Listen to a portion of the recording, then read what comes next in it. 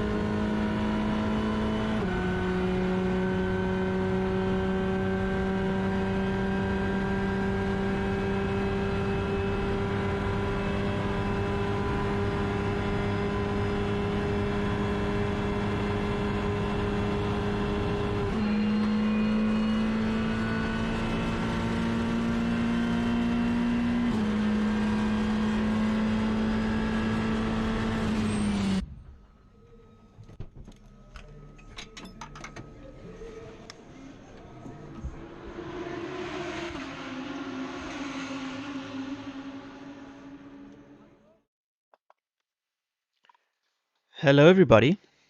Let's do the classic sound check. Can you hear me loud and clear? I think I fixed the comment issue, which I couldn't read your comments last time. I think I figured it out. It had to do with me not being logged in on Streamlabs. So Streamlabs is not logged into YouTube, and the login button is hiding somewhere within the settings. It's no longer just on the front end of the screen. So it turned out that I couldn't see pretty much anything. But anyway, I think I managed to fix it. And tonight I was thinking about, what are we going to stream? I promised that every time I'm here on a Tuesday, here being near my rig on a Tuesday, I'm going to stream. So, I've signed up to a daily race on the SimGrid, which I think is in 90 minutes time. I was going to do a bit of iRacing, if I couldn't find a cool iRace, I was going to do something Gran Turismo Sport, but I decided, let's try something different, because you guys are always asking me about the onboard stories. I haven't been able to bring them to you this year for the most part because I'm not allowed to show my GTE onboards. Although I'm going to try and sneak in a Lamar lap from the test day. I'm going to try and sneak that in at some point. If the ACO is watching, you didn't hear any of that. And I figured, well, why not? Let's try a live onboard story. I have an unedited onboard video from Barcelona. It's the last few laps from my stint. I think let's see how long this video is. It's 30 minutes. It's a very long warm down, cool down lap. So 22 minutes of driving. I'm going to chop between it. I'm going to give you a bit of backstory, and we're going to interact. If anyone has questions, if enough people are watching and enough people ask questions, we can interact. So it's just a different way to try the onboard stories, because on top of not having enough content from earlier in the year, I also haven't had much time to edit, with trying to race, trying to run SimGrid, Coach Dave Academy, all those things. Something had to give way, and it was YouTube. That's why I've sort of tried to make That's why I've tried to make Tuesdays like a day of commitment. It's now in my calendar as repetitive. So here we are. Um, I'll cut to the video in a moment. Let me just answer some questions. So um, you could make a big bowl of cereal with that trophy. This one here, thought about it. And am I going to buy an SF1000 wheel from Thrustmaster? This is the SF1000 wheel from Thrustmaster. In fact, while we wait for more people to join the stream, I'll quickly take the wheel off so you can see it. This is Thrustmaster's best product, and currently I'm not sponsored by them anymore. Our contract has expired, and we are discussing renewals. So I'm not, there's no need for me to promote them right now. But this is definitely their best product. I said in the last stream, I love the SF1000 um, wheel, but I do think the TGT2 was misnamed. It should have just been the TGT that was in stock. So, whatever strange one. But I do believe, based on their tweets at least, because that's what I'm going off here, I do believe that they are releasing a DD at some point. They said that was in the works. So let's see if that comes around. I used to own Fanatec. I used to own Fanatec wheels and stuff, and then I bought a Thrustmaster wheelbase, and then they ended up sponsoring me. All right, so there you go. This thing is cool. Um, my only criticism of the product is this switch over here. I wish it was more like these switches, these rotaries here. I know everyone likes magnetic gear switches. I don't like that in a on a sim racing wheel. It's a bit too heavy and like over engineered. This is much quicker. So you can hear that. There are ones that you can switch around. I stuck my own SimGrid logo on the top there because, well, it's mine. So yeah, um, this wheel for a change, the previous one, I don't even know where that is. That one didn't have buttons that worked. All of these buttons work. These rotaries here work. These here work. This thing here works. All these buttons here work. It's a wheel that works. It is by far, I think, it's by far their best product. It's nice to hold. It's nice to hold. Um, I have said this before. My favorite wheel of all time is the Precision Sim Racing wheel, but that's £2,500. The Formula One one. It's like a replica of the Mercedes F1 wheel. My mate Nick Foster has it, and every time I go there, I just admire that thing. But you need to have a DD wheelbase for it to work. So yeah. All right. Got more people tuning in. How was the new turn 10 in Barcelona? Peter, we're going to cover that in today's stream when I show you an onboard video of the track. It's like the end of my stint. I really struggled this weekend, peeps. I really struggled. And I didn't struggle in practice. I struggled in the race. I need to figure out why, and it made me sad. But at the end of the day, that's racing. I suppose I can't always just go forward, And I have had races in my life where I've struggled a bit, but this one, the podium was in sight, and honestly, I've never seen a podium slip away like that. And it was just down to my pace in the race. I couldn't get rid of the understeer. But I'm giving too much away. I use a TGT2. You're not TM sponsored by SimGrid is. Well, no, we've kind of left the logos there as a courtesy while we do negotiations. So, no, he just not really. I mean, okay, his start wasn't, phenomenal, but it's a very difficult start in Barcelona. I'm really happy that I wasn't doing the start.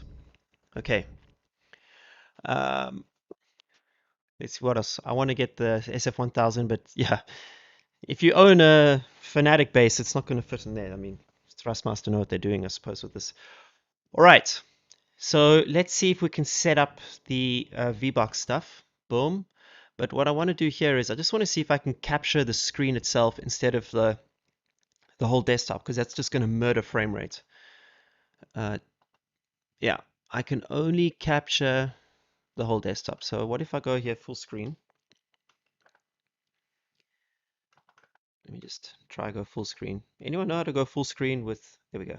Found it. Okay. And I'm going to hide the overlay, peeps. I mean the alert. Or should I just move it? Let's move it. So that bottom left one, this bottom left thing, let me just unlock that quickly and hope that when I grip and pull it, yeah, okay. We'll sort of put it up here for now. Okay, so if anyone posts any donations while they're watching, we'll see it at the top there. And let me just relock that. Why is the AMG Evo so tough to get along with?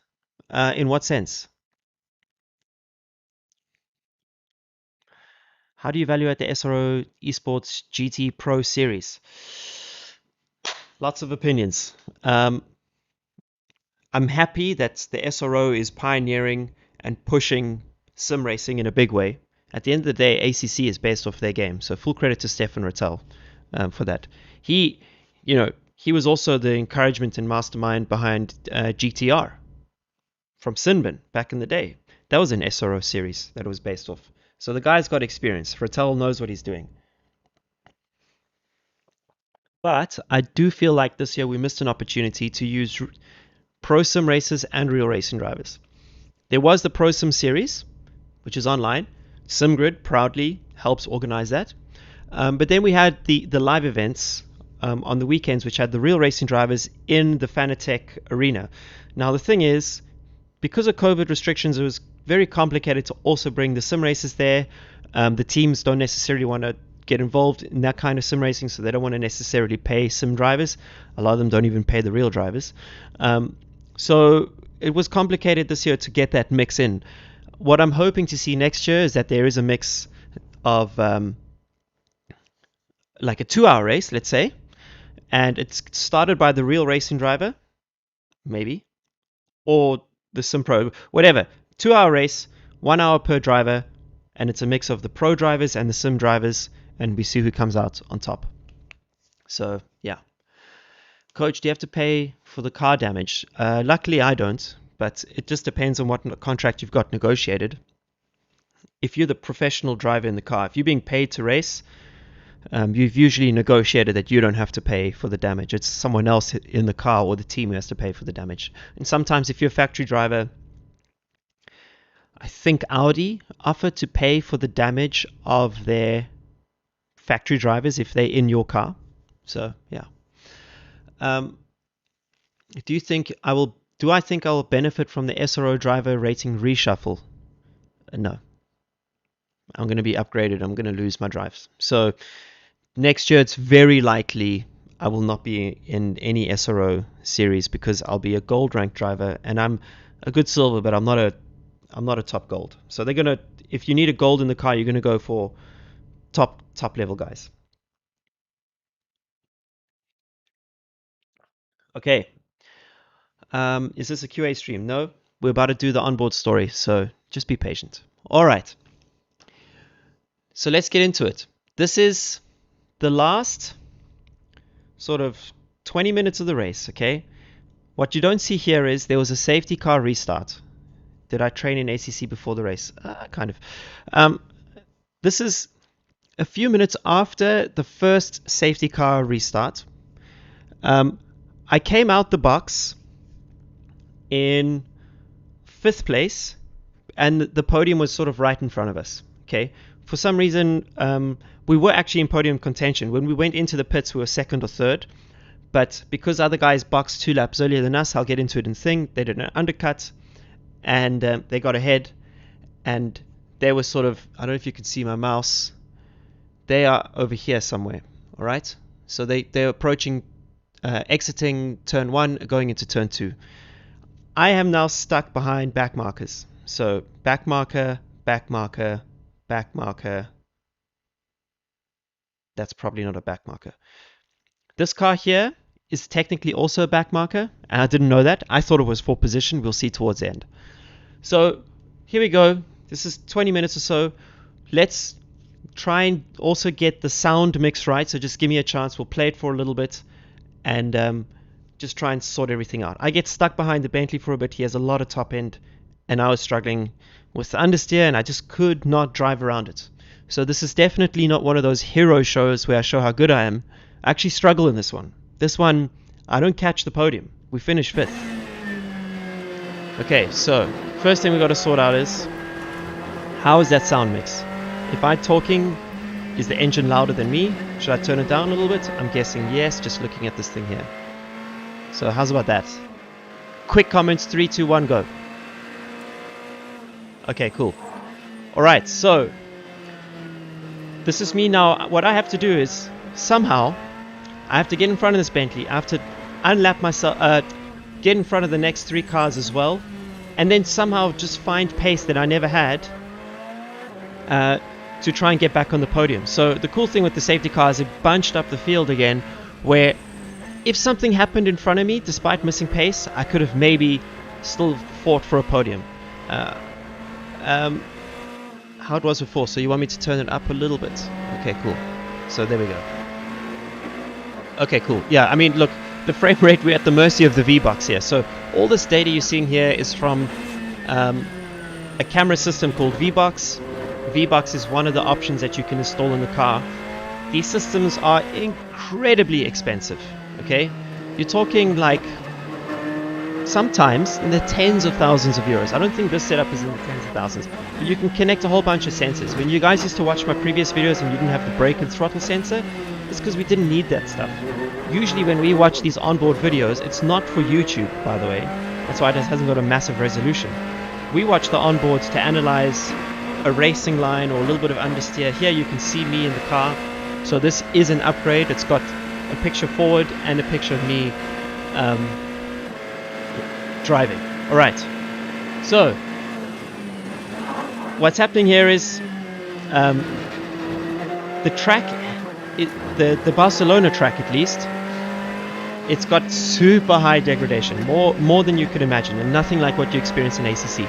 The first lap out on a brand new set of tires can be up to 2 seconds quicker.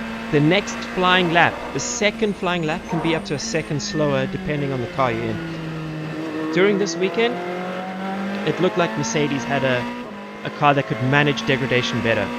After struggling behind this Bentley and like flashing him and asking on team radio why isn't he letting me past, I finally got close enough in this part of the stint to be able to just close enough where he goes, you know what, I'm actually going to let him pass. So what happens sometimes, if you are the back marker, you don't want to let the guy pass until he's right up behind you. The problem is, even in GT racing, and this is why I don't think they're going to solve it in Formula 1, but even in GT racing, and at least in the Ferrari, you can often struggle from a front-end wash from the slipstream in front. There, you can see my steering angles. I'm struggling with the oversteer. Okay, so it's not close enough on this particular lap. Eventually the guy lets me through, but I'm asking, is this actually for position? Because he's a Silver Cup car, but we're racing each other. So I think I go for a bit of a lunge here, and he kind of half opens the door, and I try to go for the move, but no dice. What you can't see is that there's actually someone behind me, so big lift, because otherwise I'm just going to understeer off the road there. And off we go for another lap. You can see he has a tendency to pull away considerably. So on the straights, the Bentley has plenty of top end, but this year they struggled with, this is the only car in the series, the only Bentley, struggled with traction. So degradation for them is even more severe than for us. The key here is to try and stay and use, not stay, but use very tight racing lines. Very, very tight racing lines to stay off the black rubber. This is something that you don't necessarily experience in sims, and I wish the sim developers would focus on this more, but all that black stuff you see on the exit, you don't want to be on that stuff. Okay, that's going to create either chronic understeer on exit or rallycross style slides if you get on the power too early and you're on the black rubber. So as a race evolves around Barcelona, you want to try and get closer and closer towards the apex, turning in earlier.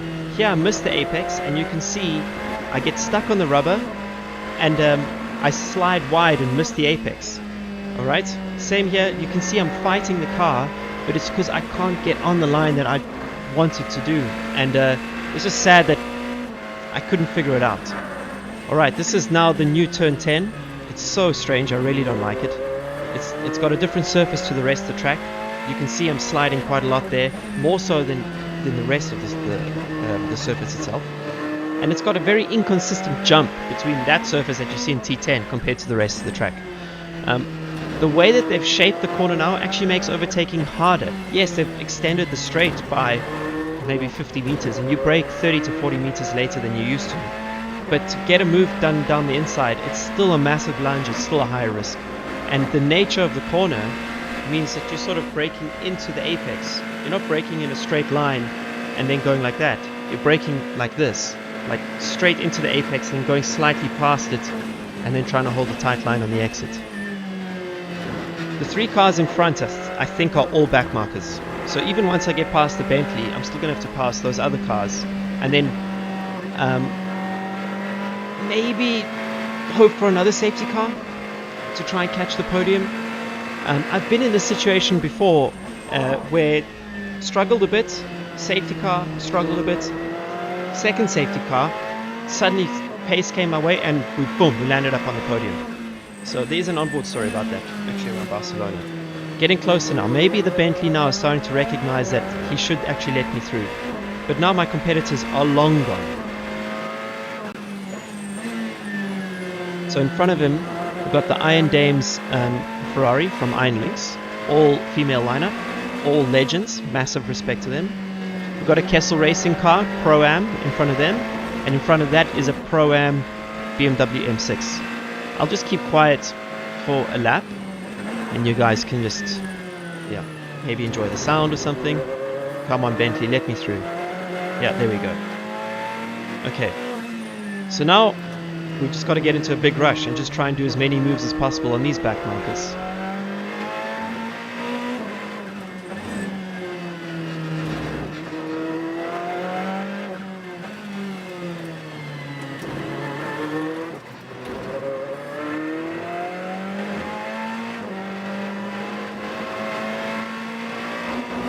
Something that the camera does is it does tend to make the cars look further away than they actually are. There is like quite a big fisheye issue going on here. This is like the ultimate worst FOV setting for all you sim racers.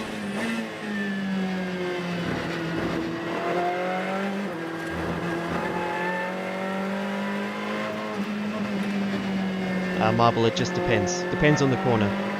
Also with ABS you can brake into the corners much easier. In GT3 we don't change the map. In GT3 there's just one standard map.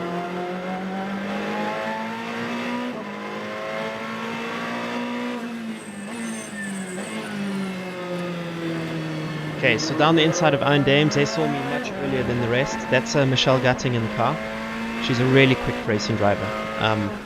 This I think is her first time in the Blancpain GT World Challenge with the Pirelli tire. And if you've raced anything else in your life and then you come to a Pirelli tire, it's just something else how difficult it is.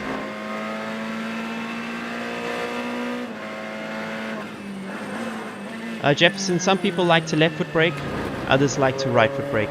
In a GTE car, it's more fuel efficient to right foot brake.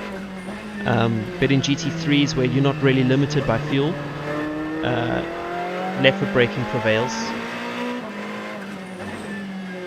Yeah, she's Danish. GTE car has a different engine to GT3.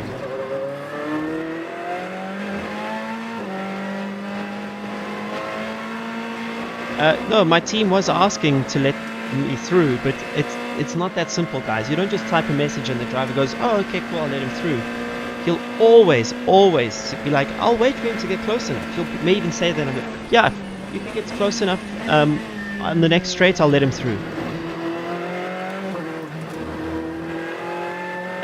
Yashin, because when you right foot brake, you come off the throttle and then slowly transfer, not slowly, but that moment where you come off the throttle and move to the brake is a moment where you're not accelerating. Whereas if you're left foot braking, down the inside here I think of the Kessel car, if you're left foot braking, you can do something called an overlay. As you're coming off the throttle, okay, you're going on the brake, and at this point here, you've got brake and throttle going on, which results in more fuel consumption. So what you could do is you could go off and brake, but that doesn't always feel so natural. But you do learn to do that in a GTE specifically. Off, brake, but right for brake is just go off, brake. So that's how it results in a different kind of, well, different fuel numbers, if you will. Yeah, the telemetry does definitely have some latency. Yeah, Bleekemolen is super fast. Are Pirelli bad tires? No, they just they've been designed for a specific kind of racing, and it means you have to drive them very sensitively, and any sliding or pushing on the front or snap oversteer from excess throttle results in you overheating them. And yeah, so the key thing with the Pirelli is you have to be very sensitive with the tire, whereas a Michelin you can be much more aggressive, and like it's much more easier to adapt the tire almost to your driving style, whereas the Pirelli asks for a very specific kind of driving style. Thoughts on the M4? Yeah, whatever, it's a GT3 car, got no real opinion on it.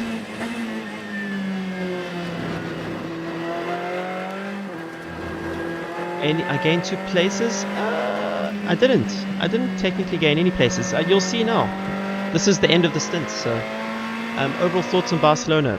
I wish they used a different track surface, which wasn't such high deg. Yeah, I've been on the Michelin, the Goodyear, and the Pirelli. So that Ferrari that we just passed, the Iron Lynx GD3, I think in this case driven by Fuoco, they actually got a puncture from contact, and he's about to create a safety car period. Nevertheless, I'm still struggling with the car. I think you'll see here, I missed the apex again. Oh no, there. So now I'm starting to figure out, like, okay, how can I adapt my driving style to just try and struggle a bit less? So now I'm running the tightest lines I possibly can, even tighter than I thought before, and it's starting to work, but it's not enough. It's not enough. No news on Kyle Army. I don't think I'm doing Kyle Army. I don't drive Barcelona that much in the year. We race. I'm more bored of Spa than I am of this. Shinka, yes, I do, man. I do. Welcome to the stream. Michelin Confidentials are the fastest tire. Do I know Stuart White? Yeah, very well.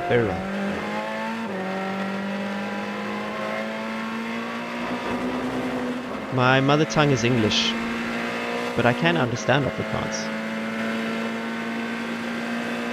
What plays a larger factor? Driver talent, car, or team? It all counts. You need a good engineer, you need a good car, and the driver can't be an idiot. So.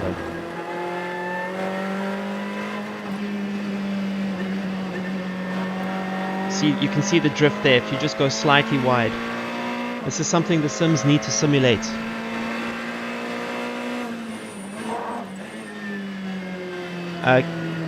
Calvin and Sheldon they race for BMW and Audi, and I race for Ferrari, so I don't see us mixing anytime soon. No, in real life you use the ABS as much as you can. It's not like iRacing where you get this threshold braking thing. Oh, here's the full course yellow. Okay, so you get this countdown. Your team is saying full course yellow in 10 seconds. You also have over here, you can see over here, there's a little flashing square. What it says there is FCY. And before it goes to FCY, it has a 10-second countdown. And it like counts 10. And then when it goes to 9, it says FCY soon. 8, FCY soon. 6, FCY soon. 3, 2, 1. On 1, you have to be at 80. Or at least as close as possible to 80. And you can game it slightly. How much lateral G is under braking? I'm not sure. Alrighty, so can you apply your racing skills in daily driving? Well, in daily driving you're usually driving pretty slowly, so what do you eat before a stint?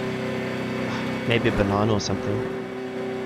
What would you say is the biggest difference of inputs in sim versus real? I think braking is the biggest thing that sims haven't quite nailed yet. They're all slightly different in what they're missing, but they haven't all quite nailed it. I would say, for example, ACC sometimes feels like you're not stopping. iRacing always feels like you pulled the handbrake no matter what brake balance you use. And in R Factor 2, the final phase of braking, the car stops too easily. So, yeah. My daily driver used to be an Audi S3, but I sold it last week. Have you ever sneezed during a stint? No. When in FCY, can you gain time by driving the shortest distance? Yes, I was even trying to do it here, but there's something that you guys cannot see at all. But on the right-hand side, I'll point it out over here. On the right-hand side, we've gone into safety car, by the way, is a ton of pickup, all the rubber marbles and stuff, but it's marbles that you cannot believe. It does not come through on TV, so even to try and explain it to you it's impossible. But you don't get little balls of rubber like this. You get balls like this, and you don't want to go near them. Pronominal. I'm an Audi fan for the road, and every time I buy a new car, I tend to buy an S3. So, who do you think is the best GD driver at the moment? There's so many good ones, but I think at the moment you have to say it's Alessandro Piaguidi. The guy's just been on another level. Do you have a speed limiter you activate for yellow flags? We have a speed limiter for full course yellow. So let me just jump back a little bit so you can see. Let me just go back a little bit more. Okay, so you'll see here the constant speed of 80. That's because I pressed full course yellow on the steering wheel. So, yeah. Ruan, coasting in real life in a GTE car is very important. Very, very important. Because the fuel tank in a GTE car is much smaller, I think, and I stand to be corrected, so I apologize. I think it's like 25 or 30% smaller than a GT3 car. So you can't just drive flat out all the time. You do a little bit of lifting and coasting, but much more in real life than in a sim, that's for sure. Okay, so now the safety car is called. You're at the mercy of the car in front, and you hope to hell that they actually catch the safety car. Oftentimes they're driving at like, sometimes the cars in front are driving at like 70-80% of their potential lap time, and you don't catch the safety car sometimes. Does going over the marbles help when it rains? No. You want to avoid the marbles at all costs. Yeah, I watched the DTM. Have you ever considered driving on the Nürburgring? I've driven at the Nürburgring. There's videos about it. Yeah, Chris, Piaguidi won Spa. He won Le Mans. He won the GT World Championship last year. He won the GT World Challenge Championship this year. We were teammates in Monza, and we won there. So that was pretty cool to share the car with him. I don't remember. I think the safety car here is an Audi.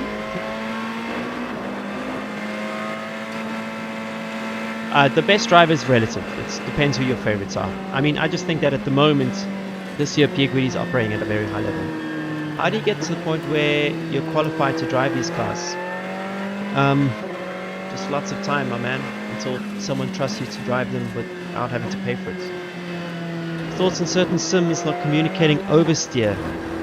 I know all the sims to me communicate oversteer pretty accurately. Favorite track is Imola.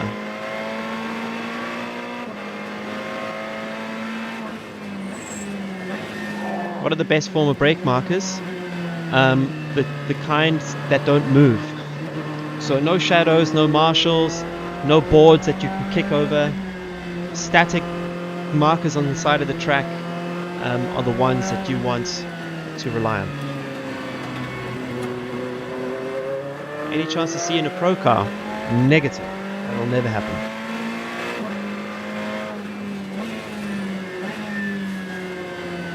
I fit well in a Pro-Am car. GTE, Silver Cup, Pro-Am, that kind of thing. Why are you taking the curb in the last corner? On the inside or the outside, Carol? This is a GT3 car. I'm not sure if I'll be racing in the UK next year. So I think now they've actually said that the safety car is in this lap. It was a very short safety car. We're actually approaching the last 2 laps of this video. Or 3 laps, I think. So now the aim is I can see the podium. Can I overtake the guys quick enough to get to the podium? And it's not so that I can Yeah, so it looks like we're green now. We must be green. Yes, it is green. Let me just pause it and go back a little bit here. You can see that little square there? That's our flag communication thing. So now we know it's green. If you go back slightly, you'll see there it's changed. It still says SC. So, Sally, to pay for the whole car for a season here, you're looking at over €1 million. Yeah, marbles are a huge deal. Why no pro class? Because I don't think I'm fast enough to be in an ultimate like factory driver. You know, maybe I'm close, but factory, I don't know. No, that's Dennis. That's not true. If you drive on the marbles in the rain, you're just gonna slide off the track. So.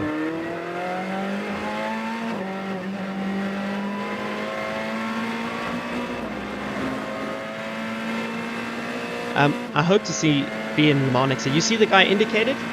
Let's see if we can go back there. He's indicating that he's acknowledged that he's seen me. Watch the left indicator. There. Okay, so I now know that this back marker is a legend and he's seen me, and if I get close enough, he's going to let me through. He's not going to defend or anything. How do you get faster as a driver? Practice, my friend. Okay, he's run a little bit wide. When you get full course yellow and safety car, your tire pressures drop like you cannot believe. And he's struggling here to just stay on the racing line with his tires, because the whole car is moving on the sidewall and it makes it easier for me to overtake. Can I take you through a lap? Yeah, sure. Yeah. So basically here as I exit T4, I count 3, 2, 1, and I brake relatively early down into here. You want to have a much tighter line than that. I was braking too late. I'm in a rush here. I'm trying to get to the group in front. I'm now looking at the entry curb on the right and brake just as it starts up over the curb here. Now looking through towards T9. This is T8, not corner. As the curb ends on the left here is where you start to turn in. You want to get on the curb there, so you're looking there, and then you just hope that you don't touch the gravel and spin into the wall. And now going towards the new T10, brake between 100 and 50. When the track has more grip, you'll brake closer to 50. Holding a nice tight line, you're now looking up the hill as you do a V line into T12. So single apex, drift a little bit, and then try and get back to the apex for the second time there. Look at all the cars in front. They're starting to fight. So this is what I'm hoping for. This big group of cars, Silver Cup cars. That there is P2 in Silver Cup. I think that's a pro car. And here's P3. Okay, so yeah, the battle for me is to try and get there. So I think, yeah, that's P2, P3, P4, and I didn't know that there was 2 Mercedes. Obviously, I'm focused on passing this guy. But this Mercedes here is the one that's actually for position. I thought this guy here was for position, the Silver Cup here. So because I'm not paying attention to I know that there's a group in front of me. I know that that yellow car is on the podium. So that's my reference there. I've like banked that in my head, but my focus has to be on the car in front of me and trying to get around him. Okay, because he's a back marker and he's in the way of a potential podium. My aim here is if the cars in front touch, I need to be close enough to capitalize on that. That's the strategy when you're struggling.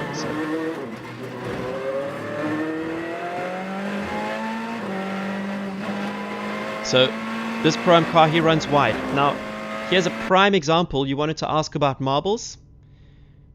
This is purely from marbles. Look how he missed the apex by what? Half a meter? A meter at most? Okay. And why am I taking the curb in the inside curb in the last corner? Because this is what happens when you don't. So he missed the apex, cold tires, restart. There's a whole bunch of issues that could affect any of us. All right. He missed the apex, and now he's on the marbles, and the marbles suck you out. It's literally like you're going onto balls, which now the tire is no longer on the surface. It's been lifted up onto these balls of rubber, and you get sucked out wide. Boom, off the track. So, whew. So yeah, that was now I'm trying to get what I think is now P4. Okay, so that's now my next reference. I don't recognize that there's a black Mercedes there, because I see that there's, I think that's the BMW M4. There's the car that all of you love. Yeah, that's the BMW M4. There's a back marker Pro-Am, and there's this grey Mercedes. And I'm thinking the grey Mercedes is fourth place. Let me at least try to get to fourth place.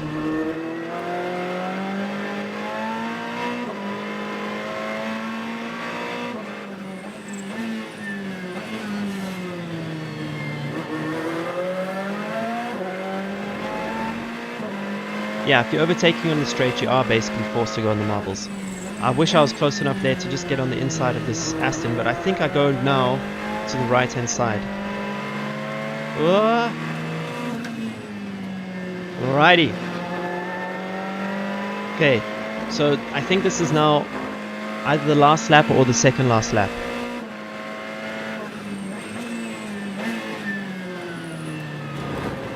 I just want to try and get as close to the smoke as I can, thinking that I'm going for P4. And I see in front of me there's a lot of fighting. So here you can see these two cars are now battling. And I was confused at this point. I'm like, is that for P2? Is that for P3? Because I think this guy's P4. So then what's that Merc doing there? Completely confused. All right. They're fighting, and I'm hoping that through this fight here, I can capitalize. I just need to clear these two cars, but we've run out of time.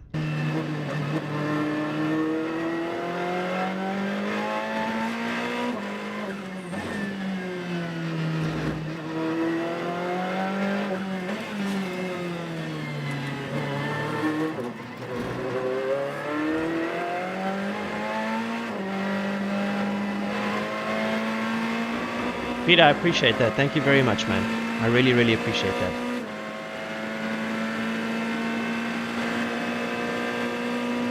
Do you change your line? Yes. I explained earlier, as the tires are degrading, as the track's evolving, you're trying to turn in a little bit tighter everywhere, and just try and, like, I'm using more curb here than I would in qualifying. I would almost go on the grass here if I thought it was useful, but staying as tight as possible, staying off the black stuff. The black stuff is gooey rubber. It's like bubble gum. You don't want to be on that. Okay, we're closer now to this Mercedes. Okay, and I've found a way to drive around the track where I'm getting much less snap and everything, and I wish I discovered this 15 laps ago. For heaven's sake, David. So I was really upset with myself from this stint. The Mercs, by the way, are the strongest cars at Barcelona, have historically been. They usually win the race, they usually get pole position. They just seem to really do well at this track. But sometimes you get an opportunity like this where the guy in front, maybe you can overtake him. So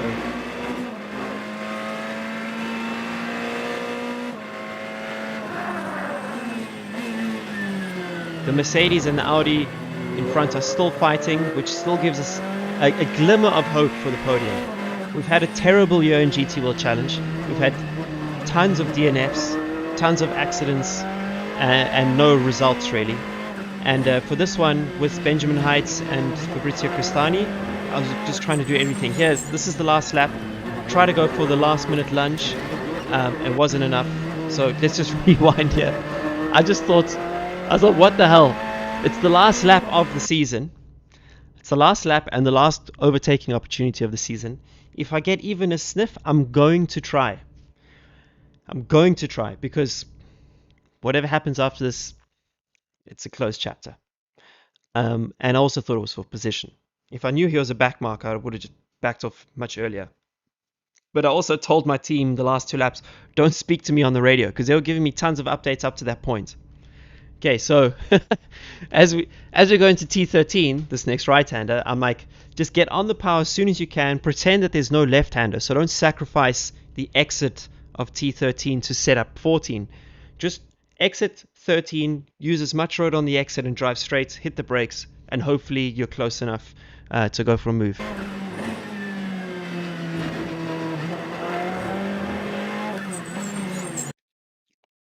Not close enough. But that could have ended in tears, and I'm glad that it didn't.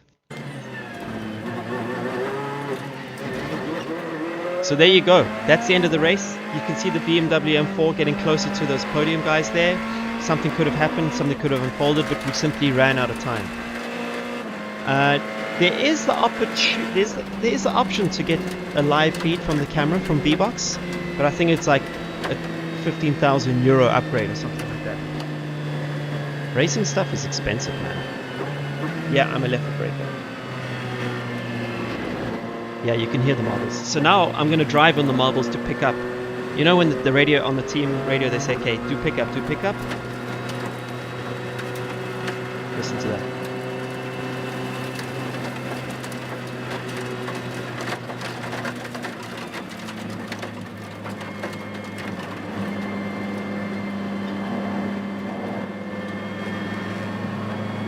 How much radio contact you have with the team? Quite a lot.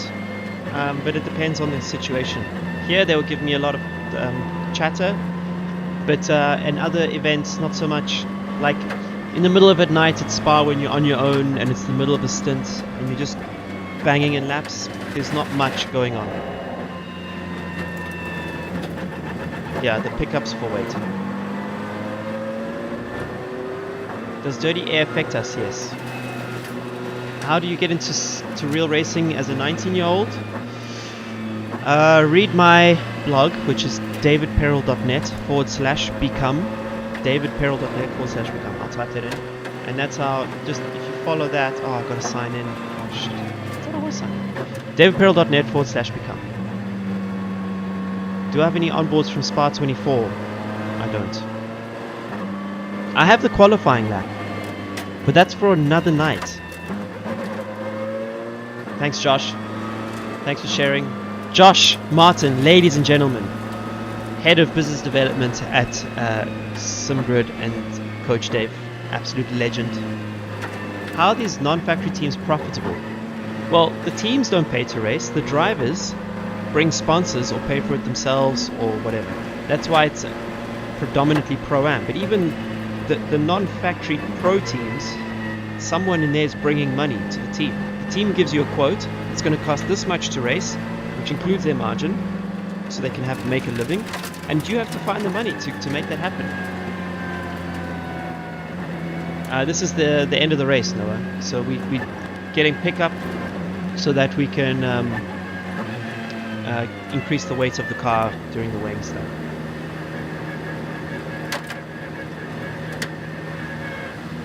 No, I don't think I'm fast enough to be an F1. So do the drivers still end up making a living? Yeah, well, some drivers pay, like up-and-coming talent, like drivers who believe that they can make a career. And then other drivers get paid. I'm lucky, I get paid. I'm a professional, and I do a good enough job where I know the car, I know how to set up the car, I know how to help my teammates, where the team, it's a benefit for some teams to have me in their cars because I can bring results and so on. So I'm lucky enough where I can be paid as a professional racing driver. But I had to start like everyone else, where I had to find money as an amateur to pay for my first 2 seasons to prove that I was good enough to be pro.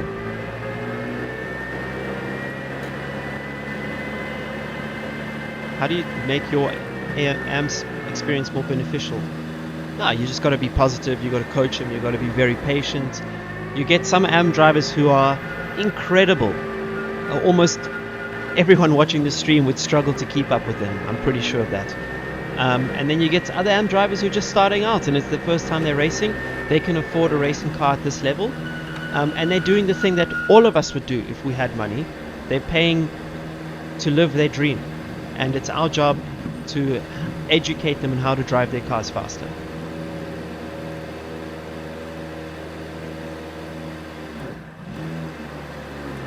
No, Ferrari doesn't have an auto clutch.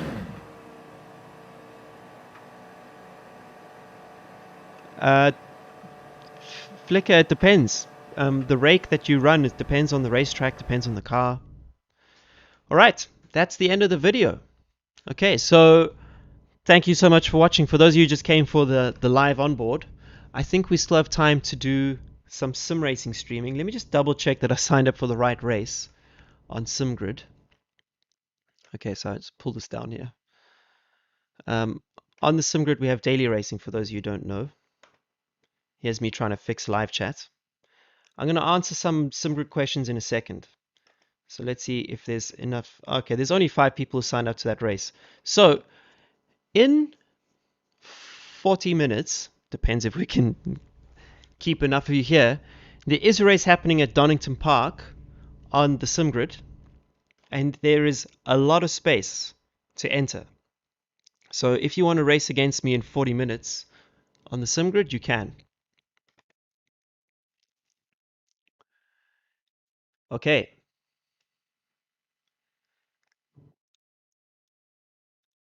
Is the only way to know that you're good enough is to win amateur races? Um, well, look, a good way to check if you're good enough is to uh, at least try and win some sim racing stuff. So when I got into GT racing, I was doing well in sim racing and in like hot lapping and GT, what was it called? GT Academy challenges and so on. Whereas like, hey, I keep finishing reasonably high up out of like a million players or something. I'm pretty sure like I still have some ability to race. So let me give real racing a try, and I did. So I took all of my savings and went to race in Italy.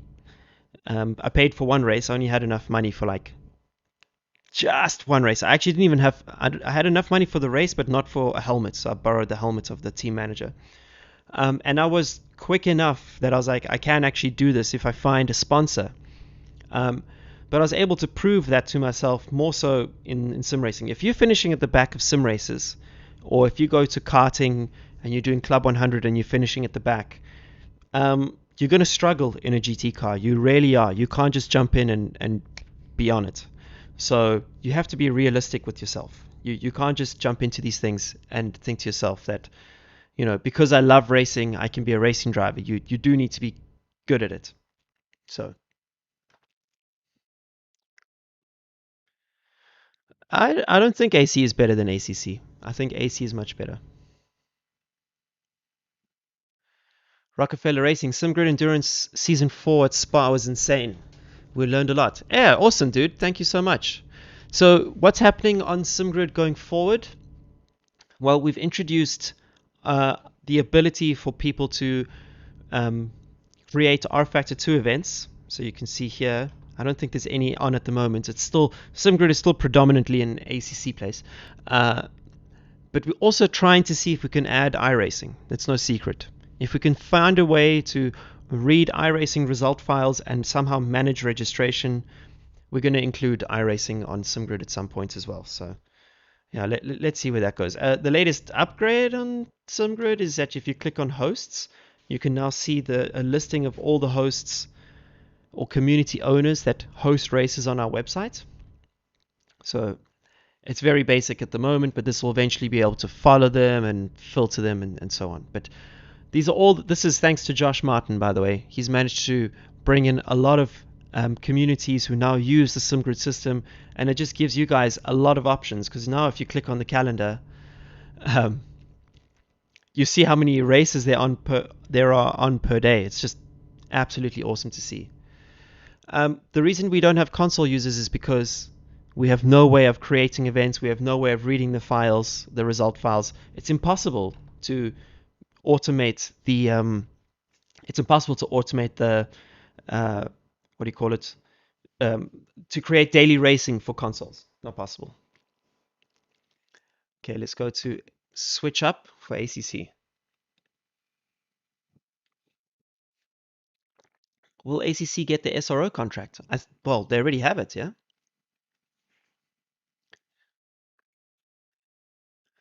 Why is braking in iRacing so different than ACC? Which one is more realistic? ACC is more realistic in that with iRacing, when you brake, it's like pulling the handbrake. It's ice racing. It's still fun though. I still enjoy it. iRacing quite a bit, but braking in ACC feels more realistic. The only thing in ACC is sometimes doesn't feel like the car is stopping. I said that earlier. That's kind of the main thing we need to solve in that game. But now, they're working on the next game, so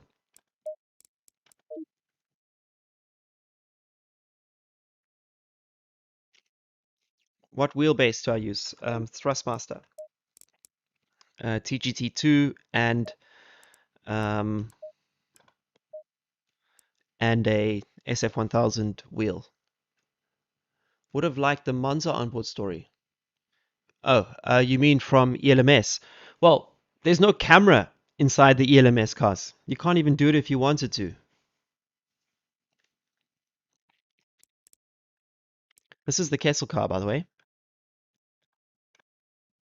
So let's use that one. But that's... Can I still choose Donington here? Yes, I can. Okay. I want to use the new livery. Alrighty. Boom, boom, boom. Is this the Spa one? Yes, 24-hour lights. Okay. Can you beat your old record in Spa? No. I'm getting slower. Are you not using the 2020 Pro? Yeah, this is the 2020. Yeah. Is it Kess and Rinaldi next season too, Dave? No, I have no idea what I'm doing next season. No idea. I'm not sure what my plans are, to be honest. I just want to get the setups here. I would love to be able to do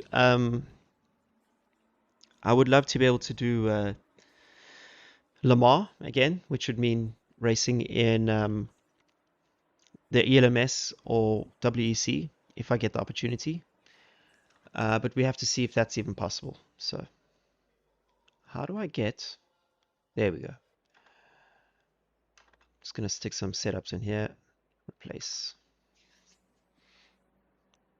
Okay. What about racing for a different manufacturer? None of them like me. No, I'm joking. No, I will be a Ferrari guy for life, I think. And when my career ends, which I think will be soon, it will end with a Ferrari. So I have not raced in Turkey. No, LMDH's prototypes is not on the horizon for me.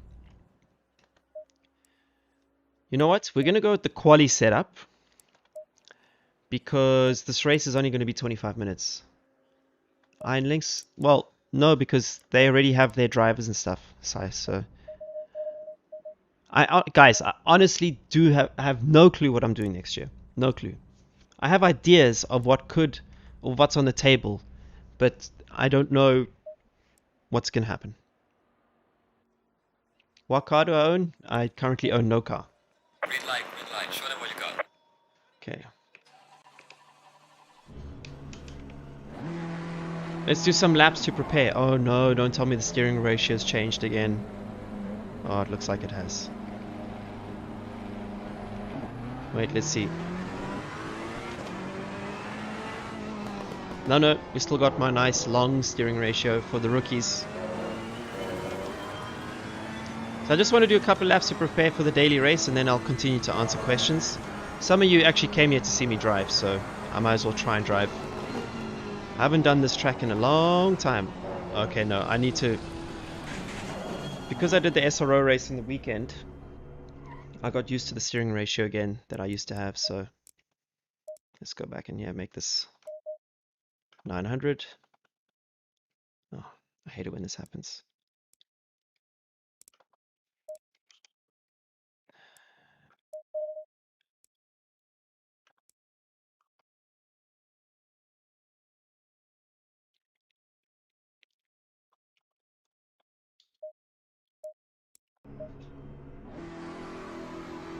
The stream is dropping frames. Really? Oh yeah, look at that. Yeah, let me just see if it's why would that be happening? Oh, it's because I wasn't in the game. Yeah, I wasn't in the game. Sorry. How are we looking there? No, still bad, huh? Why? Performance mode. Oh yeah, thank you. Thank you, streaming pros over there.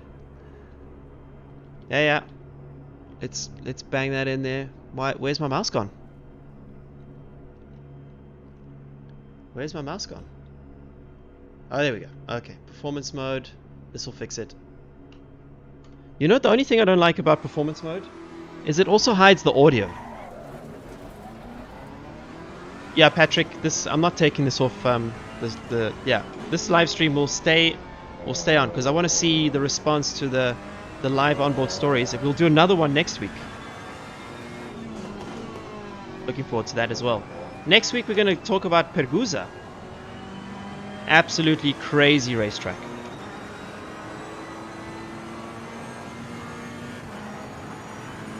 Windows 11? No. Oh, that's new, isn't that? Isn't that? I'm stoked that some of you enjoyed it. Performance mode is the for Streamlabs. It just hides the stream preview on my screen, so it just helps with frame rates and especially in ACC, which is graphically intense.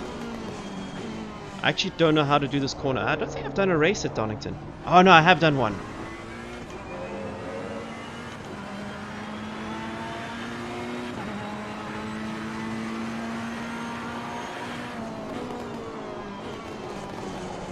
Whoa.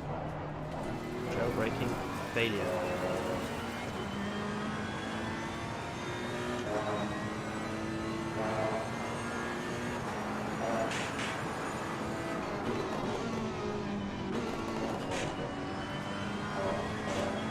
R.I.P. Bollards.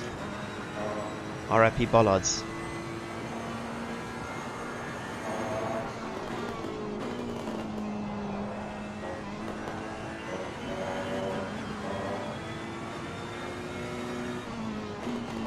Yeah, turned on performance mode in Streamlabs, not in anything else.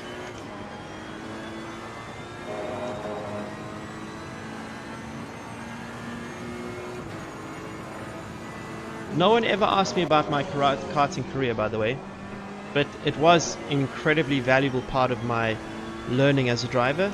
But when you go to GT racing, no one cares that you won the Karting World Championship, because that means nothing when you're trying to race at night at Spa. Doesn't mean much.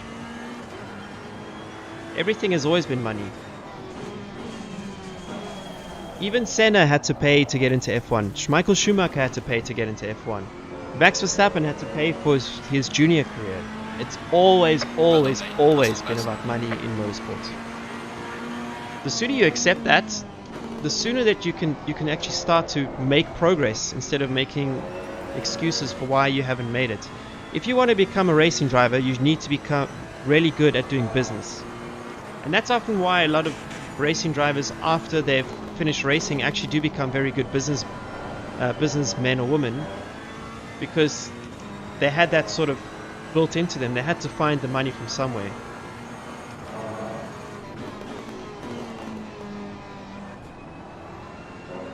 This car's got a lot of oversteer. Well, the teams have to feed the people who are involved in the teams. So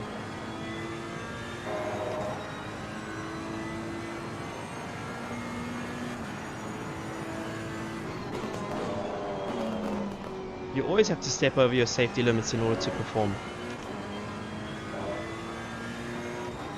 Get a capture card. I do have a capture card. I got an Elgato HD60, I think. HD Pro? Yeah, it's up there somewhere. HD60 Pro, somewhere, whatever it is. I got the nice one. And I've got a PC with a good graphics card, and we jacked up the RAM. If you've been watching these streams a long time, it's been an evolution from not even having a PC to getting people on Patreon to sponsor me for one. I used to just stream Gran Turismo, and people used to say, oh, why does a real racing driver play Gran Turismo? Well, one, I like Gran Turismo, and two, I didn't have the money for a PC. So I need to reduce the pitch of this car. It's too much for me. Too much for me.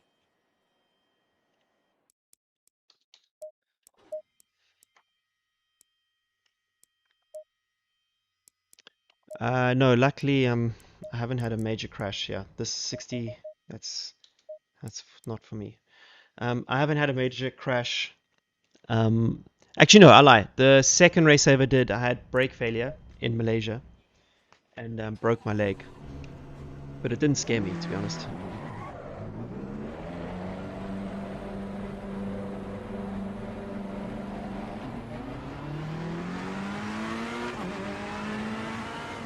Yeah, the tires are also a little bit under pressure, but I think it's more the tires, yes, but I generally, even in real life, if you add too much pitch to a car for me, I struggle because I go in on the brakes. So when I go into a corner like this, the car is already loaded up on the front, so I don't need a lot of pitch to begin with. If you add that pitch on top, it's like a drift challenge for me because I go into the corner on the brakes. Who pays for the damage? The drivers who are paying to race. So, yeah.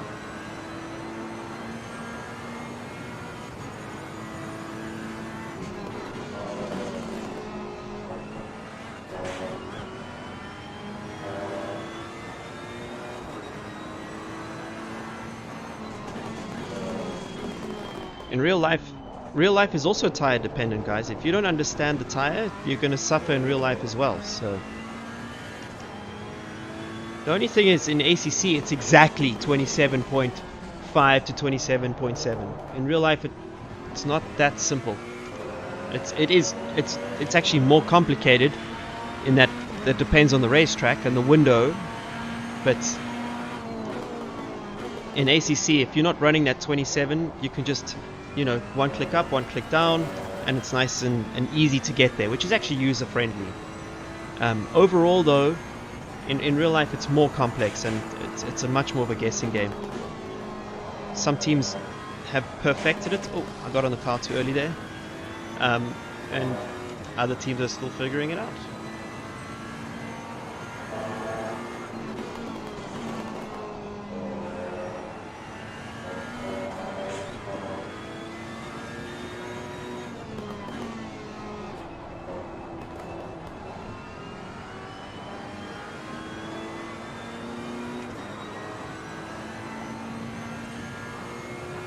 If your tires are dying in long stints, then it sounds like you're racing with a Pirelli. If you watched the stream earlier, you would have seen that I spoke about that. There's a lot of degradation in a Pirelli, but it also depends on the track surface.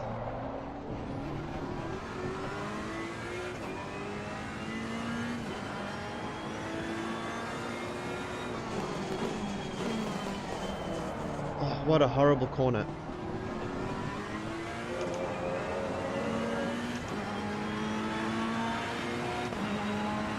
I created a business with my brother and we made a WordPress theme company, so we were web developers, and I used the money from my part of the business, my savings if you will, to be able to pay for my first race in Italy. Then after that I had to sell everything that I owned, like literally everything, to try and pay for the next season. And I only got sort of halfway on that. I actually could only afford the first two races, but the team, they were willing to let me pay the invoices much later, which gave me time to find sponsors and stuff like that. And then in the third season I found a sponsor, an American guy living in South Africa. And he paid for 3 races, and then I ran out of money, and then I had to stop. This was my first year with Kessel, and then 2017, which was my 4th year, I found some money to go racing with Kessel. But then even then I could only pay for the first 2 races, and then Kessel said, okay, well, you're going to have to work for us as a coach to pay off the rest, and I'm still paying that off today because it was so much money. So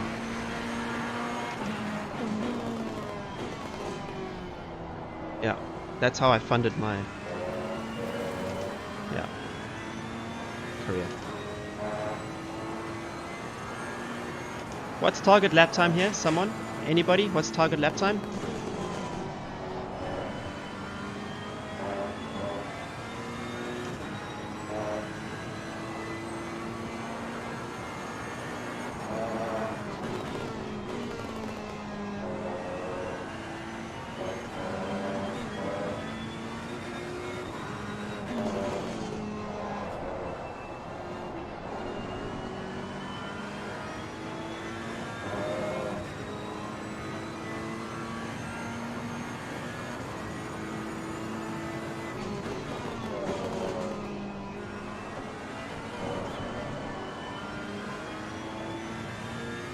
low 26s.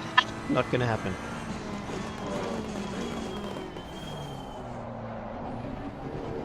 Notice how changing the pitch, it immediately helped me. And look, now the tire pressures are in the window. Because I'm not spending my time overslowing the car to manage the oversteer. I'm able to use the car, generate the heat, and therefore get the tire temperature and the tire pressures.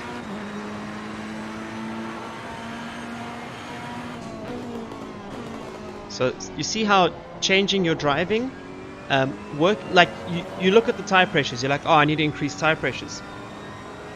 But actually I changed something else on the car, and this is very true in real life, which brought the car into a window which I like, which allowed me to generate the energy that gives you those target tire pressures that everyone talks about. So it's not just a case of, oh, it's not as simple as just increasing tire pressures. Sometimes it's something around that.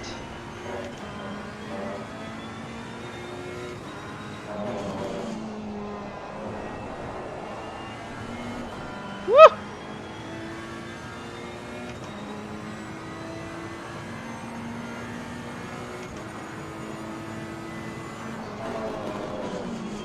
Yeah, the DTM test I did, it was not a real test. I got invited to try the car, but it wasn't like as an evaluation to become a DTM driver. One of the best days of my life, no question, but yeah, not a career like defining moment. Just, it's like when you see a journalist who drives an F1 car, you know, it must be insane, but they're not there to become racing drivers. Well done, mate. This has been your personal best.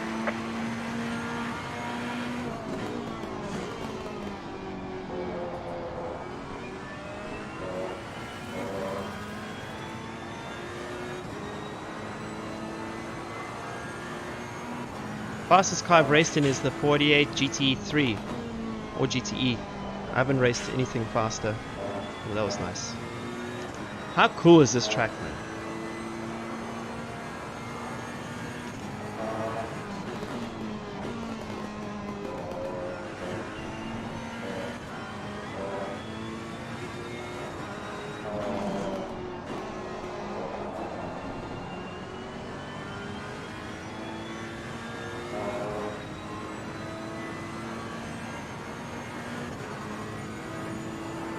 I'm not in perpetual debt.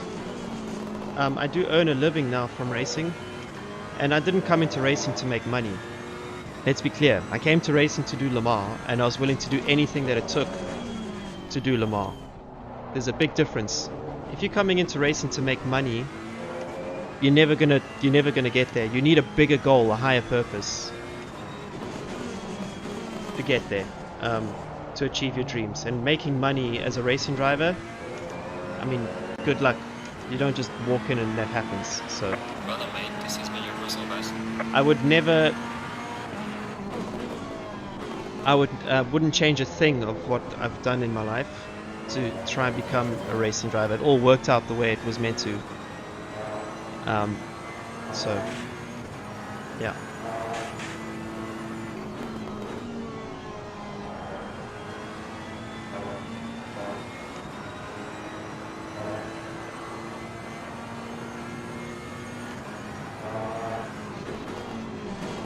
Oh, I missed the apex.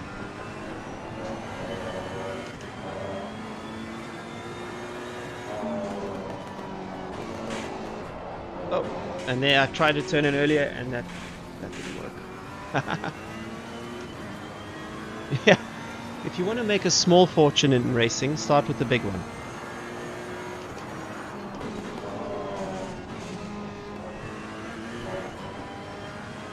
I was lucky that I was able to become a professional racing driver, on relatively speaking, compared to my peers, a relatively small amount of money that I had to find. So, yeah.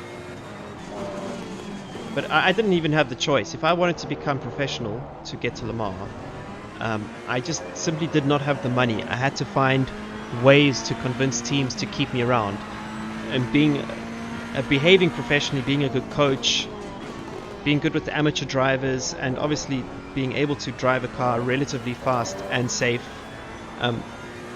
Those factors help the teams trust me more and allowed me to skip a lot of steps and a lot of categories, if you will.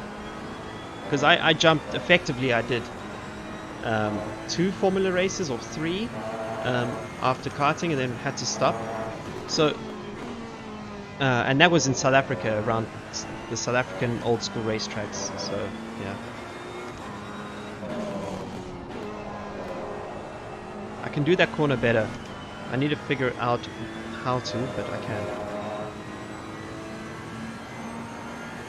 SimGrid is a place where you can find online leagues and races for Assetto Corsa and R-Factor. Assetto Corsa Competizione and R-Factor. Before the SimGrid, there wasn't much that existed in the way of easily being able to find racing leagues, sim racing leagues. So our aim at the SimGrid is to try and make a social network for sim racing, step by step. Because we're building it organically. It's not being funded by anyone. It's being funded by me, essentially. So I live in the UK. Got to get a late apex here so you can get on the power.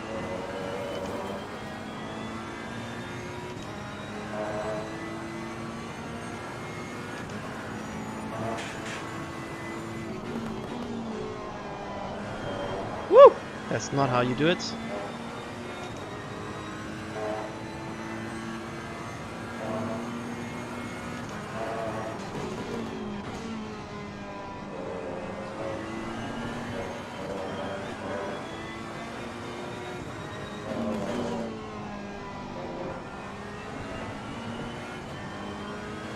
That was better. You just join servers that are listed on SimGrid sites. If you go to daily.thesimgrid.com, you'll see time options to sign up to races, and those happen every hour between the time of, I think, 4 p.m. EU time until 11 p.m. And then that's for like daily racing that we're going to do tonight. Tonight we're just jumping on a server for fun. It's sort of our version of public lobbies with matchmaking. And then on the main site, www.thesimgrid.com, is organized events and championships created by communities like SOP and so on, BUSR, etc., etc. And they are a bunch of passionate people who organize a league or a championship that you can sign up to and go racing that way on ACC. And R-Factor, when more communities start creating R-Factor 2 races. That was nice. 15 minutes until our race starts.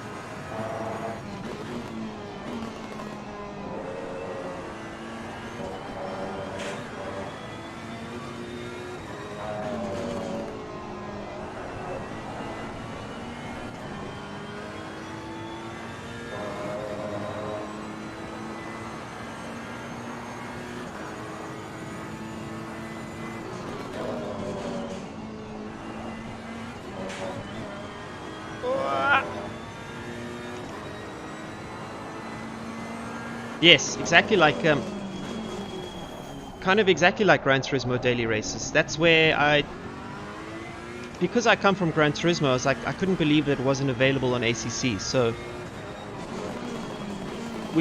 I've essentially tried to create, with the help of my team, obviously, people like Chad who developed the system. I've tried to create a system similar to Gran Turismo, which you can just, when you have time, you can go and find a daily race where there's hopefully some people competing. Today was quite low numbers, but that's normal, you know. We're not a massive website.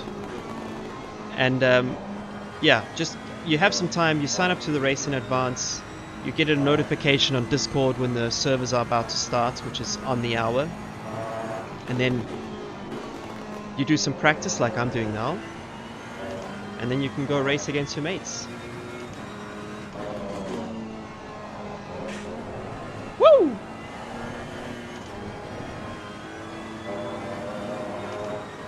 Do you miss the times you got to build a company with your brother? Yeah, absolutely.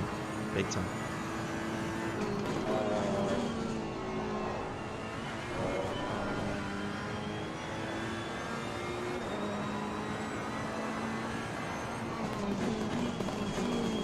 Is there any chance Kuno's buy the sim grid? No, zero chance.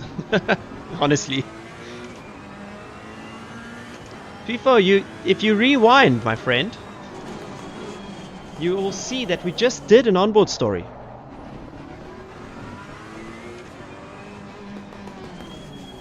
We just did an onboard story. We definitely need to jack up these tire pressures. They did go up for a bit, but they dropped too quickly. It's weird. That doesn't really happen in real life. You do get a small drop, but sometimes here in ACC it's bigger than that. I just did 3 clicks. I want to do 5. So that's, yeah. And this one, we just go down 1. Yeah, in real life as well, Ferrari's not a big fan of the curbs. Not a big fan.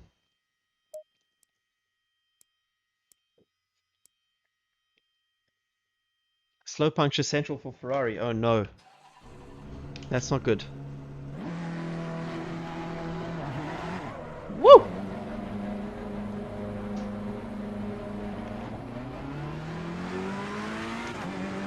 I did help develop ACC from afar. I helped them with the sound.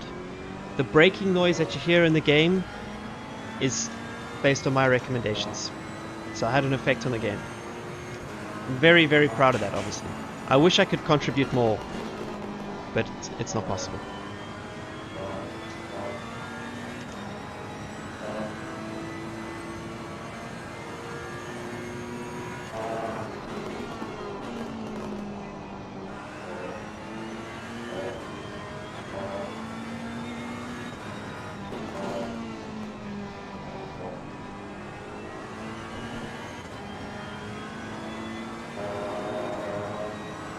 I'm rooting for Hamilton.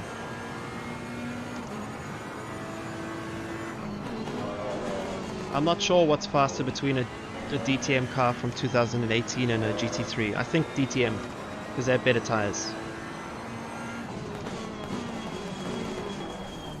GT3 cars are actually very quick if you put them on the right tire.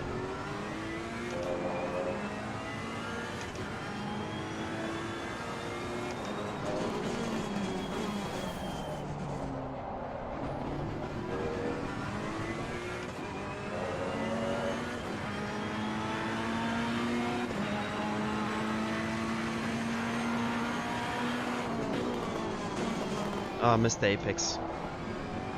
Just drive it out. No. Cannot drive it out. Oh, let's just treat this as the out lap. But I turned in too late there.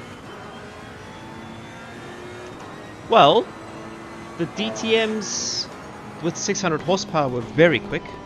Because the most recent DTM cars were by far, but the 2018 ones weren't that much quicker than GT3 because they didn't have the same level of horsepower. They did have more downforce and stuff. They were like as quick as Formula 3, but Formula 3s are not that much quicker than GT3. They're quicker, but like not 15 seconds quicker. The DTMs that left racing last year, those things were monstrously quick. Monstrously quick. Who moved this thing? What an amateur! Let's move it out the way. What monitor do I use? It's a curved display. I don't use triples. I should probably move the seating position back a little bit because I can't see what's happening on the left and right of the car. I have to rely on the radar.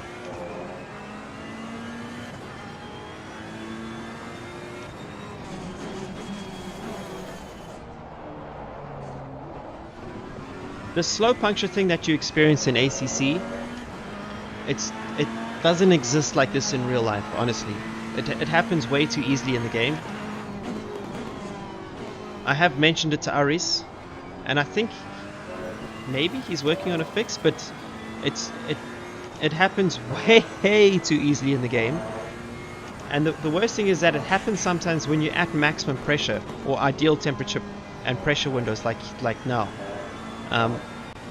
In real life, when the tire is like, when you're leaving the pits on a cold Pirelli tire, like 1.2, 1.3 pressures, then you avoid the curbs because you can get a slow puncture that way. But once they're up to temperature, you're very unlikely to experience a sort of natural slow puncture without absolutely smashing the shit out of something that damages the tire. Ciao Linus, thanks for watching, my man.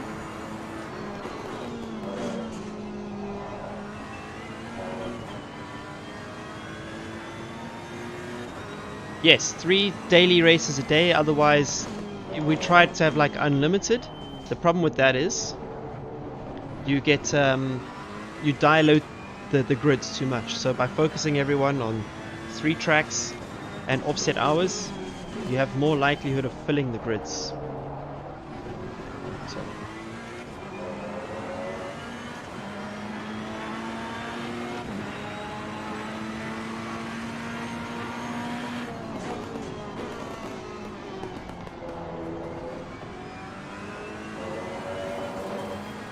Hey Mikhail, how you doing, my man?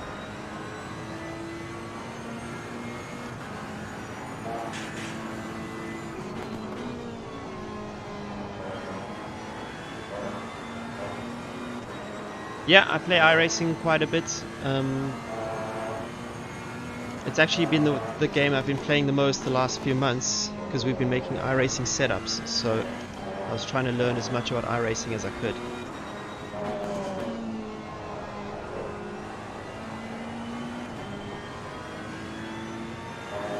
I mean, I've been playing iRacing for a very, very long time.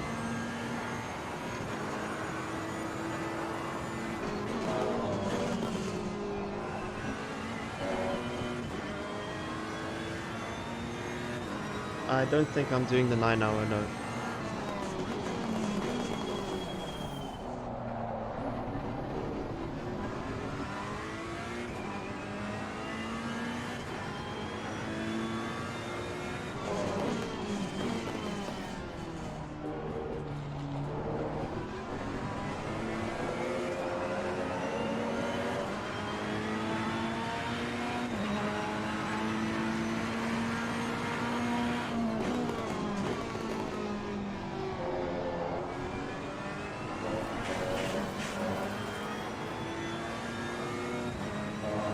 Five minutes until the practice server opens for the daily race.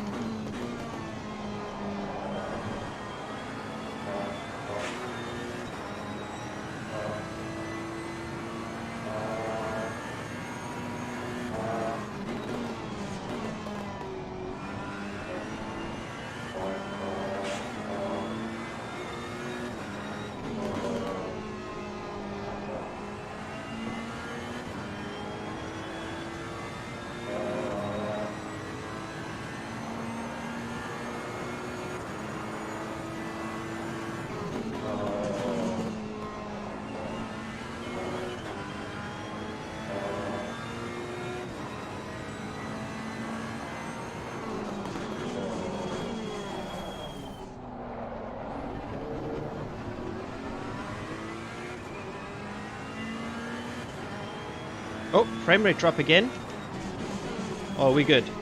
How's the frame rate, peeps? I'm getting warnings from Streamlabs.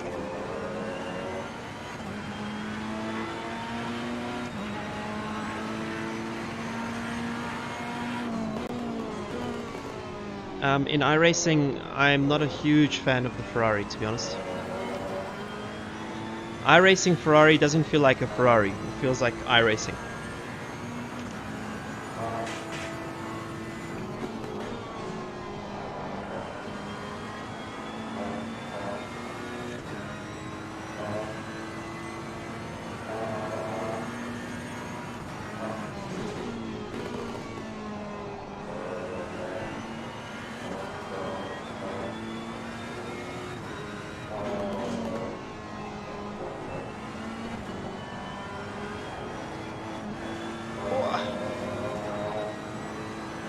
Have you ever tried the new one? Yeah, that's what I race for, man. I raced the Ferrari 2020 Evo. I've raced all the 488s that have been in the world since 2017, I think, is when they launched it.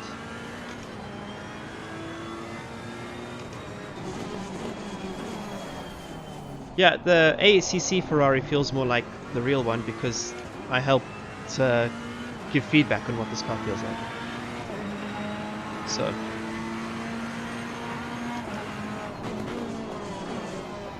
gotta come off the brakes in this car much earlier than in real life, just to get that rotation. Unless maybe if I go a little bit rear with the brake balance, but I don't want to do that.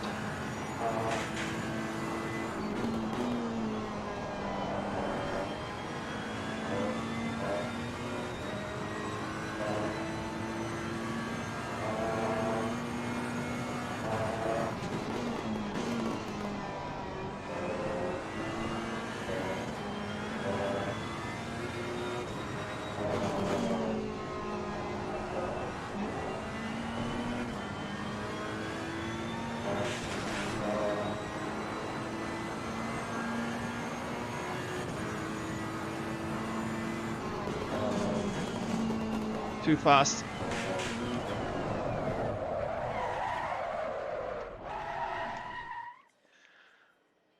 Yeah, I hate traveling a lot. Does all the traveling for racing bother me? It kills me. It kills me. And I travel with a South African passport, and it's difficult to articulate how tough that is.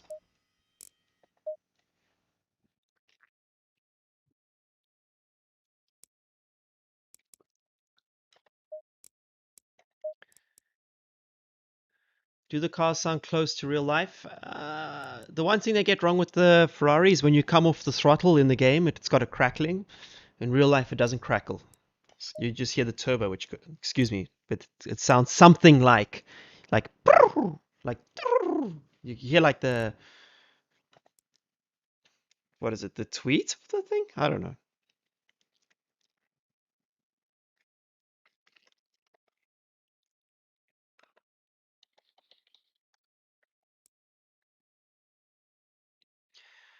Okay, we're just waiting for the server to, yeah, the flutter. Thank you, the flutter.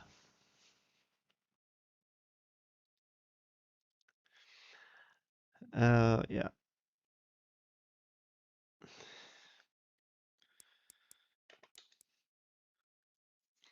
Ladies and gentlemen, after this race, we will be going offline, just so you know.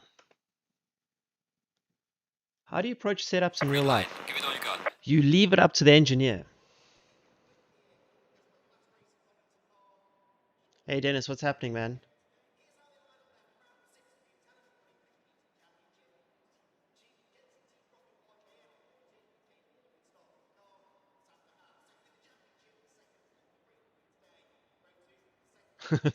Aggro preset. No. It depends. It really does depend. It depends on the team. Everyone has their own philosophy.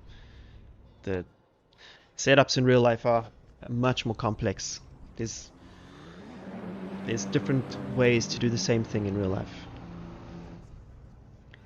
No, our engines are often rebuilt for like tens of thousands of euros. So I have driven older engines, but you know, you don't be like, oh, this engine shit. It's not that simple. The GT2 category is for gentlemen. It's nothing special. I have no comment on it, really.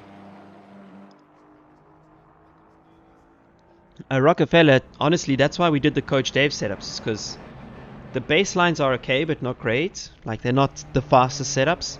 So Coach Dave setups are there to create a better baseline to work off. And that's what we're selling at Coach Dave Academy.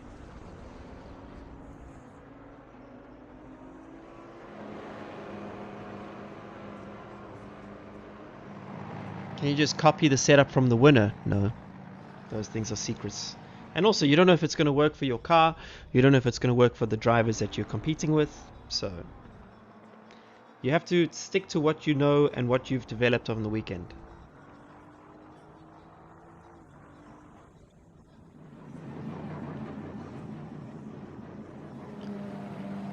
3 minutes to go. So what happens now is like this. This is like our lobby section on SimGrid daily races. There's a 5-minute sort of warm-up period that allows everyone to wait for the servers to start up and to sign in, and then we go into a 10 or 15-minute quali. Josh, ain't no podiums from me today. Ain't no podiums.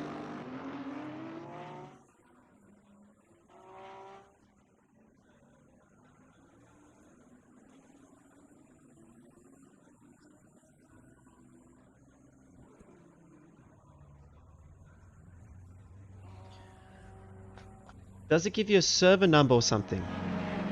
Yes, there's 2 splits, but in this case there's only one, so you'll see split 1, because there was only, I think 20, how many people signed in? 25. Our splits can take up to 30. It could technically take up 40, but you're not going to have fun at 40, so up to 30 people per split. If you see more than 30 people have signed up, we'll start to separate those splits out. And then you get a DM on Discord. You can't use the SimGrid without being on Discord. So turn on notifications for Discord, and you'll get a direct message as the server fires up, and you'll know exactly what password to type in and which one to sign into.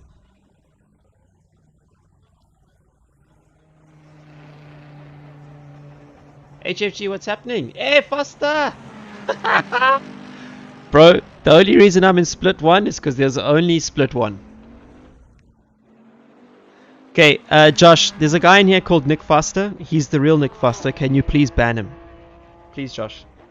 I can't have a Formula 1 sim driver watching me drive. This is... I'm already getting sweaty palms, LG.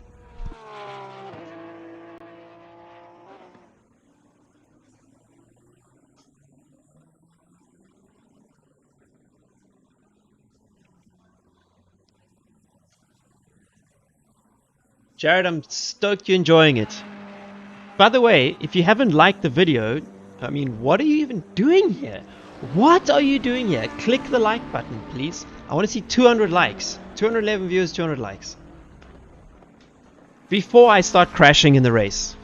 Before I start crashing in the race, please.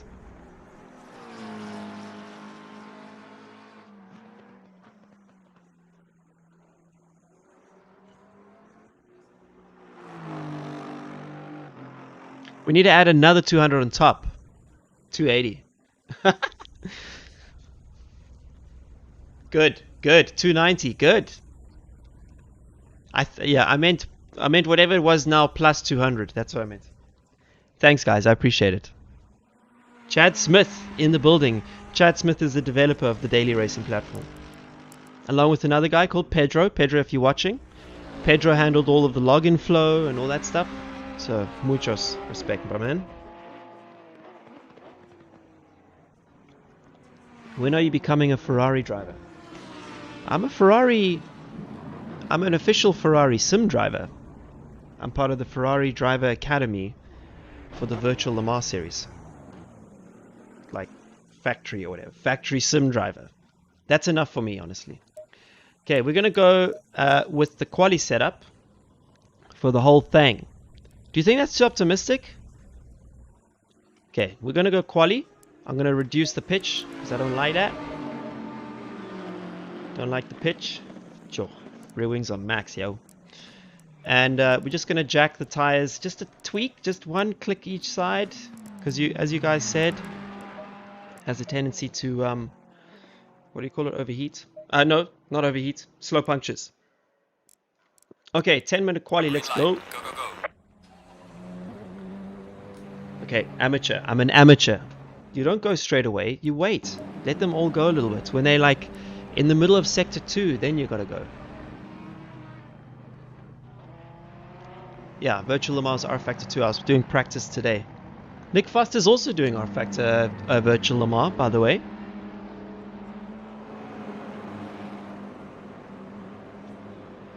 What's the rules for the dailies? Don't be an idiot. Okay. Okay, let's go. 10 liters. Get rid of the driver names on the HUD. Ugh, I don't care. Also, you get to see them. Asian Le Mans, I have no idea what I'm doing next year.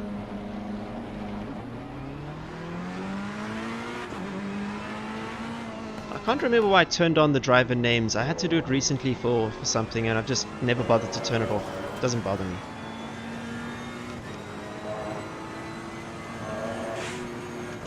Gotta clear the beacons, man. Whoa! How's that front left, bro? Yeah, baby.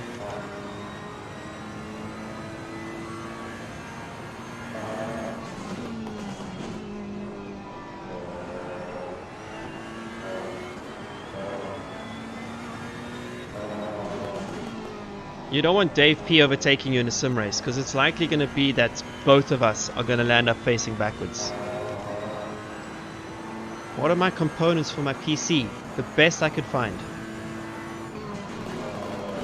Oh, tire wall's gone already. Rest in peace. There it is, on the right. Ah!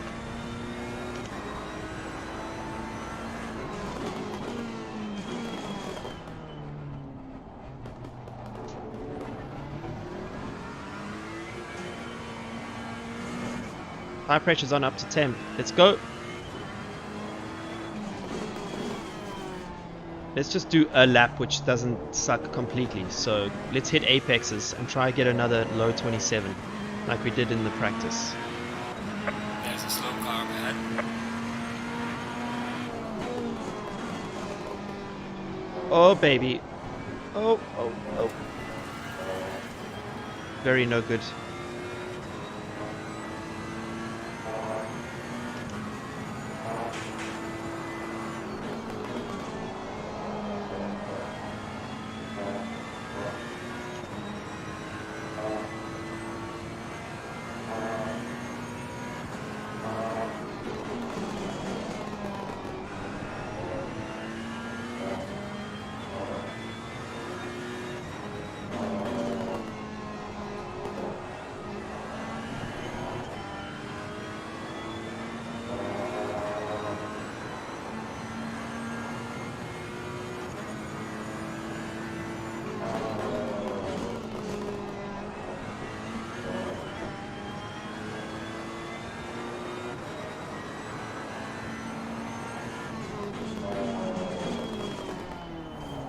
There's a slow car up ahead.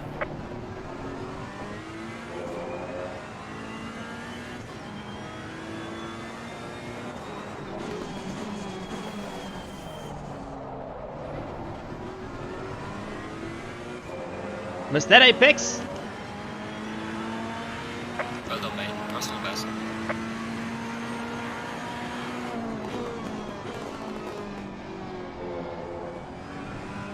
Slow car ahead.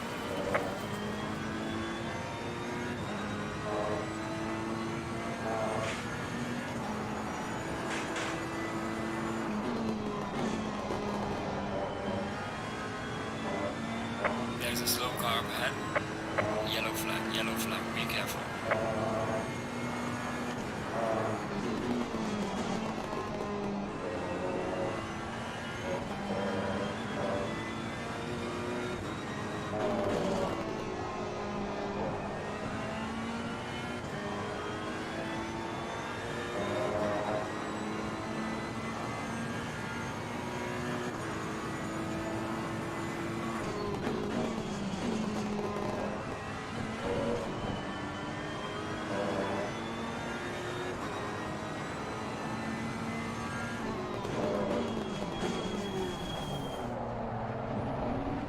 Damn it!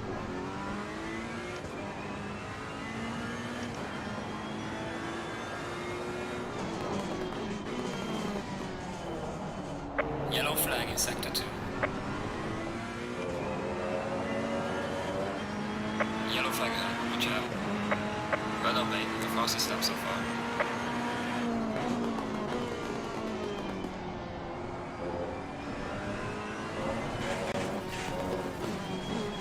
We still have time for one more.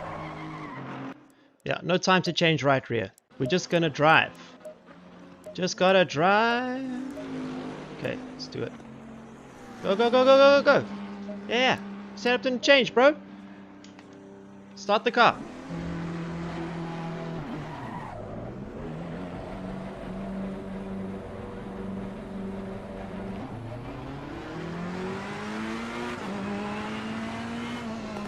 Any cars coming? Yes. Oh shit. Sorry. Sorry, bro. How is it that the rear starts at 26 is flat? It's a rear drive car and then it goes to 25.7. I mean, come on, man. Probably because I do that. Nico, what's happening, brother?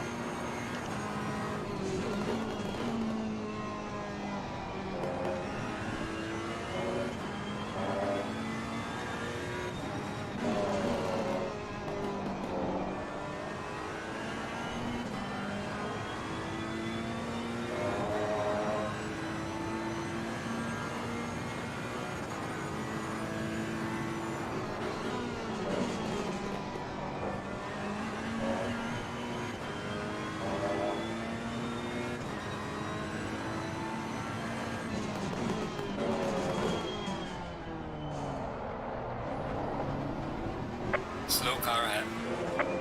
Yellow flag ahead. Watch out.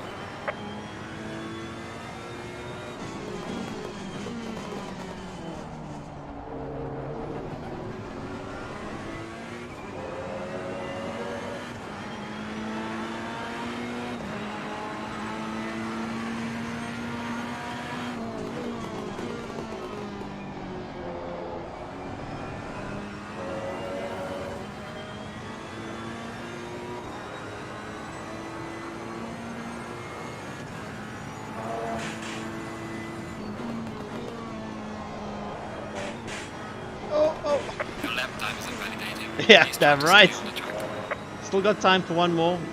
And the next lap is gonna be the fast one anyway. Tire pressure is definitely on the low side. But we just don't got time for that shit. Gotta drive what you brung, yo. I think that obviously when we do the Coach Dave setups, we do it Yellow at flag in sector hot 1. temperatures because it's actually much harder to produce a good setup for that. But that does mean that when you have cold conditions or cool conditions, you gotta tweak the tire pressures before you go out, which I didn't do. So now we're starting in the melee. Starting in a bit of a mess here.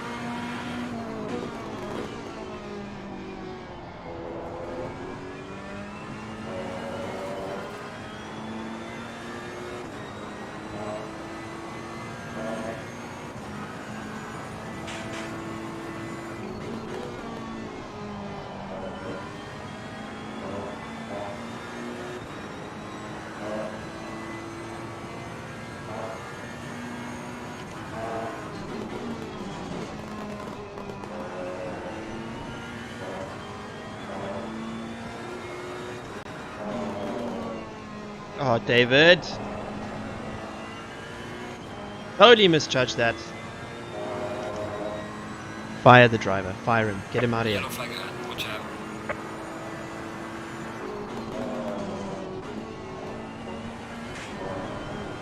I know paid drivers who are quicker than Sky.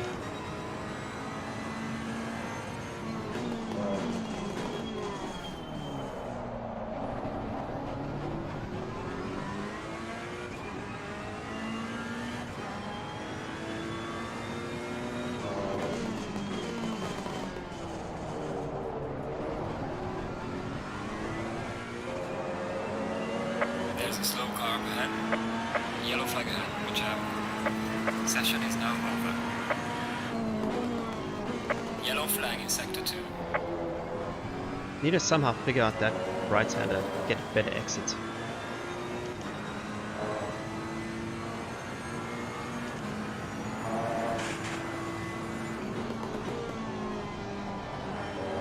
Oh, that was... That's what we needed!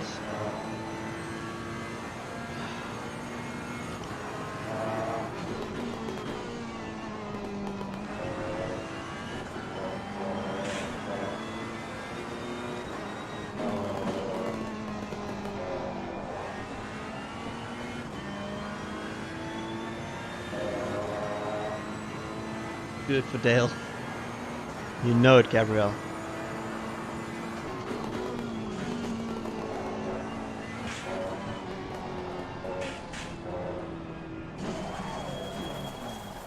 Come on, man. A 26 was on the cards. We totally fluffed that. We messed it up at the hairpin down here. Okay, so now we just got to tweak those tire pressures because they are 1, 2, 1, 2, 3. Actually, this one I'm going up a lot. I want it to overheat. Okay, fuel strategy. It's a 25-minute race. So I'm just going to go with... Oh, shit. Did we lose that? No, I think we still got the right ones. Okay. I'm going with 60 liters. Jose! Full send in T1. Full send in T1. Denise Pope, what's happening? Okay, minute to go before we drop the car. Yeah, I'm very happy with the setup now. If there was another... Oh, you know, what I don't have with the car is understeer, so I'm just going to drop that one more.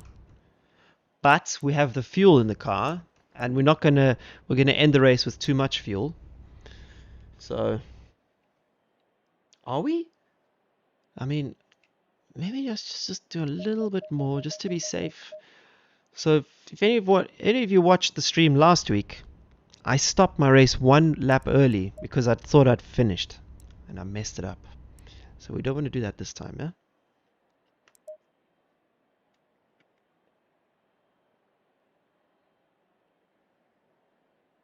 What do I think about high class doing the 9-hour? No idea. HFG, yes. Yeah, I'm leaving this stream up so you can also watch the onboard story. Enjoy. 30 seconds. Don't torpedo. I'm the king of crashing in these in sim racing. So, well, I'm very good at getting penalties.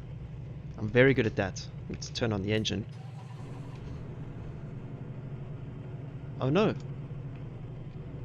Why don't I have gears? Why don't I have gears? Why don't I have gears? Go in double file. Why don't I have gears? Hello? Oh my god, that was... Woo!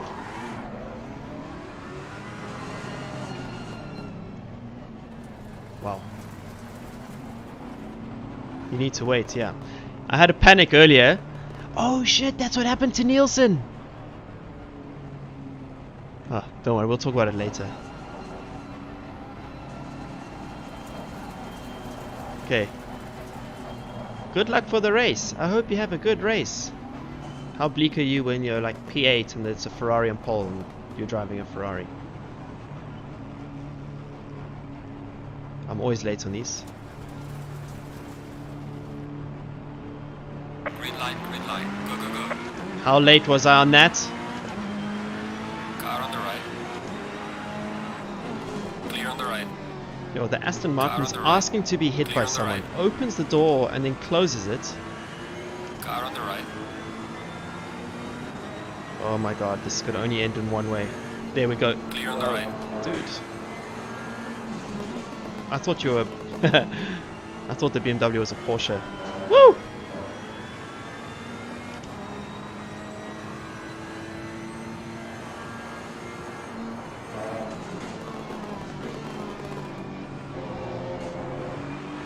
Car on the left. Clear on the left.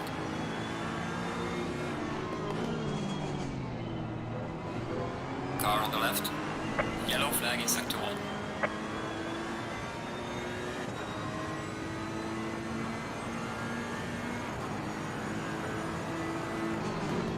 Clear on the left.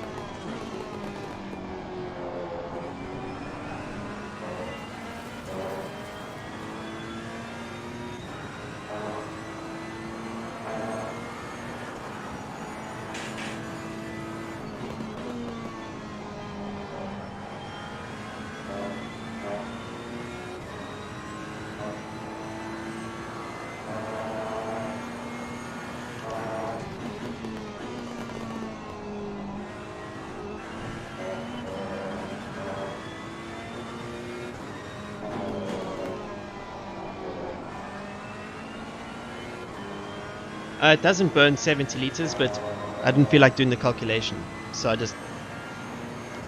just put in as much fuel as I could.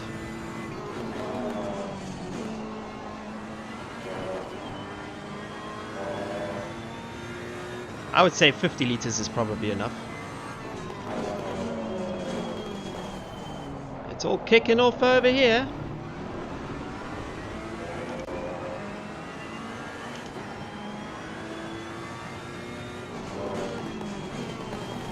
Well, if you crash these days in the SimGrid daily, it affects your grid rating. So, with matchmaking and elo scores now, it's not advisable that you drive like a total idiot.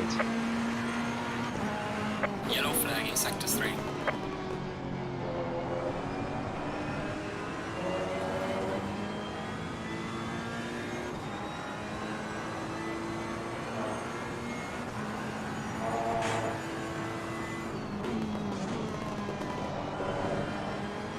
The fuel has created a unwanted pendulum effect with the car, which I did not factor into the tire pressures.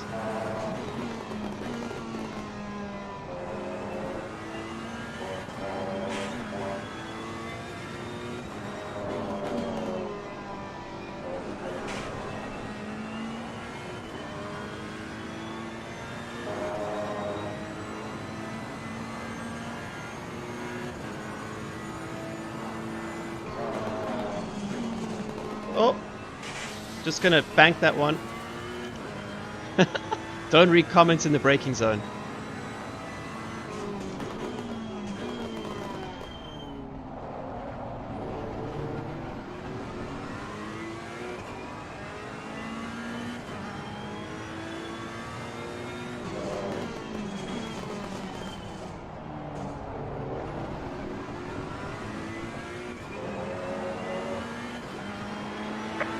To the car in front in sector 2. Yeah, no shit. Don't read comments while in the braking zone, and then maybe you won't lose time, Dave. Where are we? P6.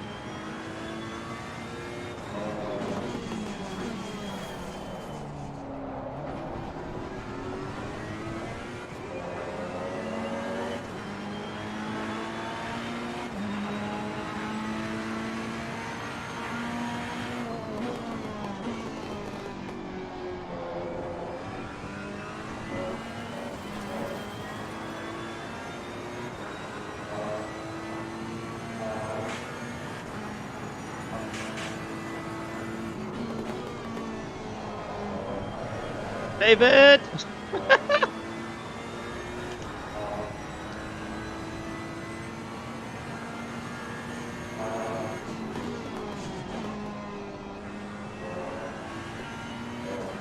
It's definitely too aggressive with these tire pressures.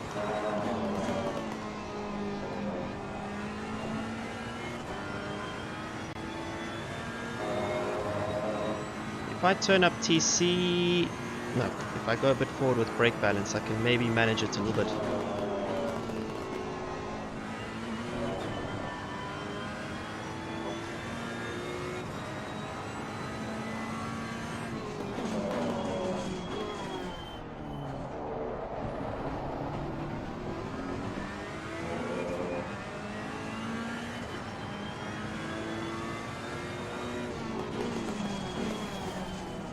Yeah, I want this one to overheat, he said. Remember that. Can make a clip out of that one. A few moments later.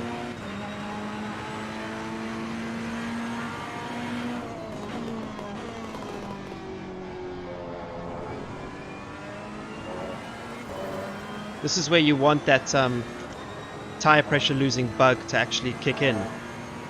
So we need to hit some grasses, you know. Not like that though. That does help though. We've got some action now. It's gonna go for the outside. Clear on the left. Not letting that happen. Hello.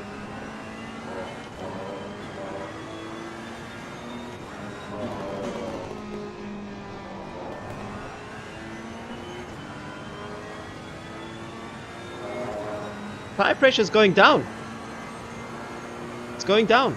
A little bit of brake balance to the front. A bit more patience on the power. Short shifting just a touch. A touch. Let's see if it continues with this trend.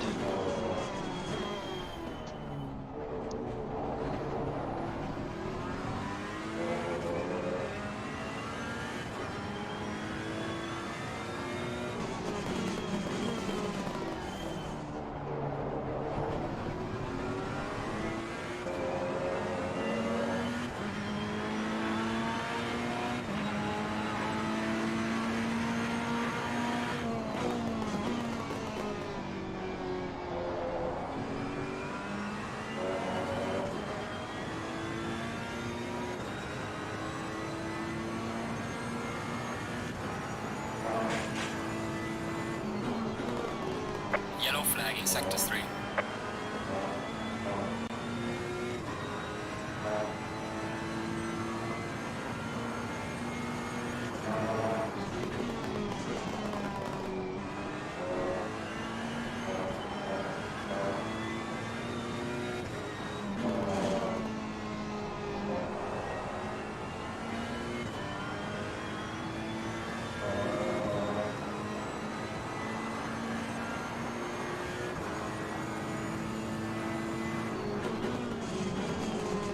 Oh, too much brake balance there.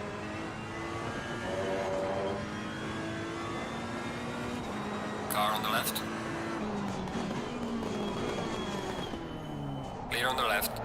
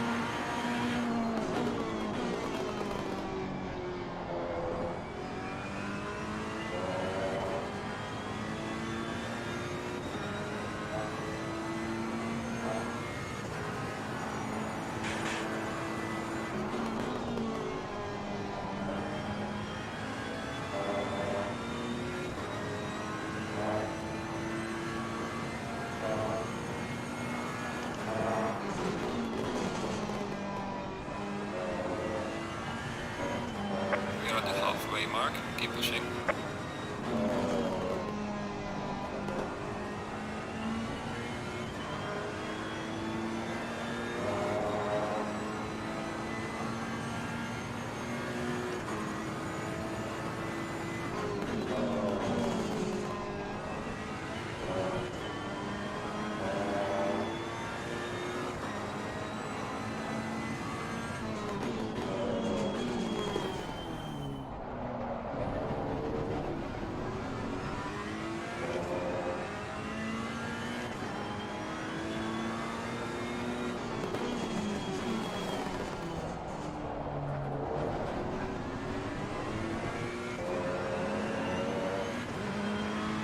Gaining on the driver ahead in sector 3. Well done, mate. Personal best.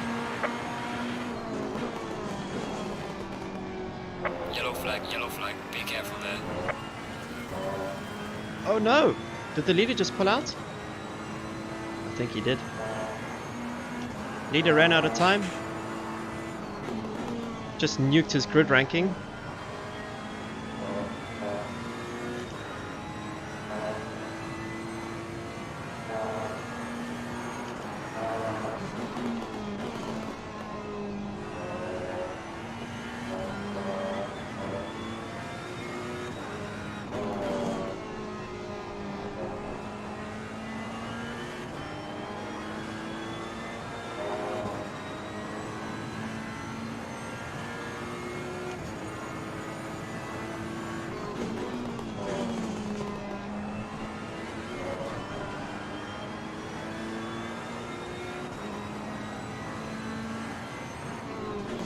Should see you, my man.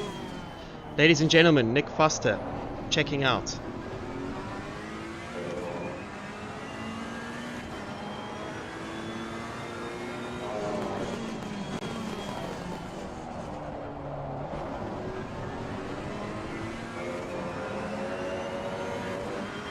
Are we actually catching these guys? Well done, mate. Personal fastest now. Yellow flag in sector 3.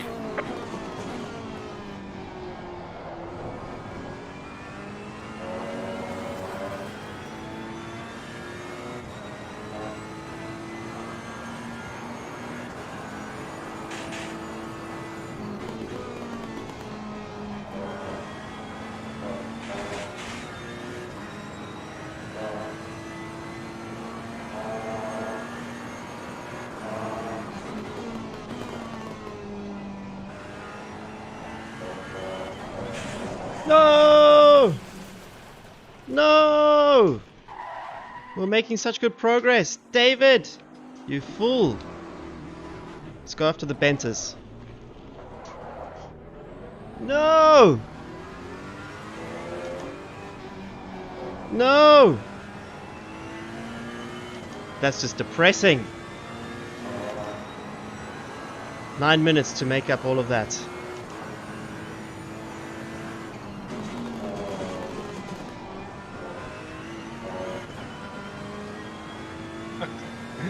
Shit!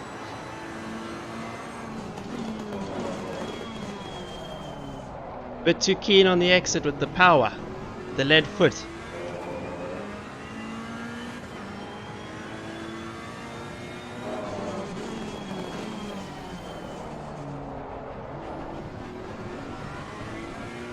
Ryan, I'm coming to fetch you, bro. That's how you touch the grass. Exactly.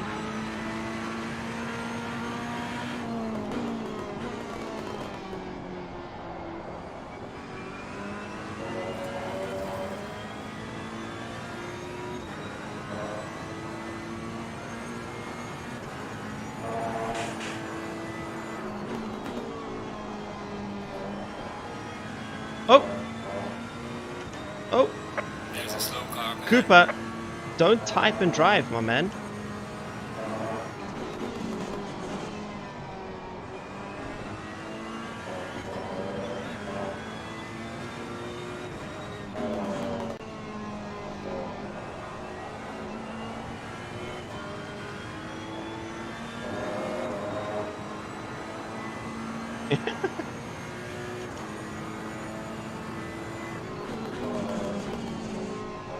Oopsie.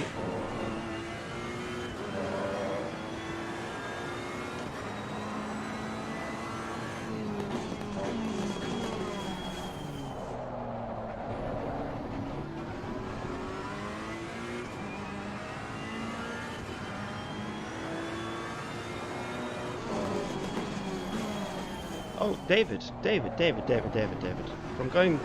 From setting PBs to now just not driving well at all.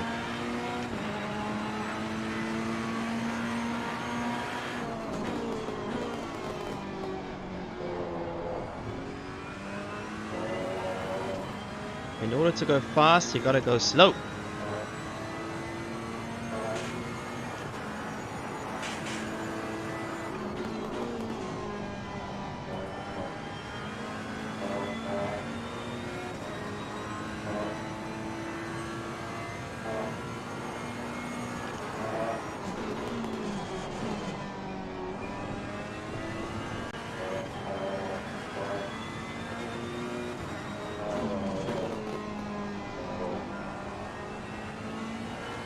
Yellow flag in sector 3.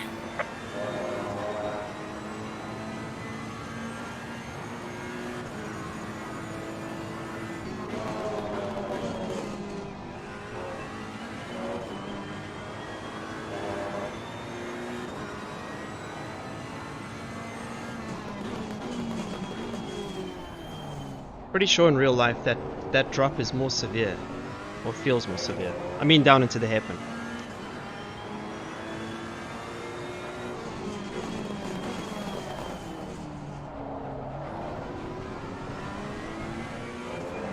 Oh, the left rear, she's back in the window. Gaining on the car ahead in sector 3. So we can go to a better brake balance,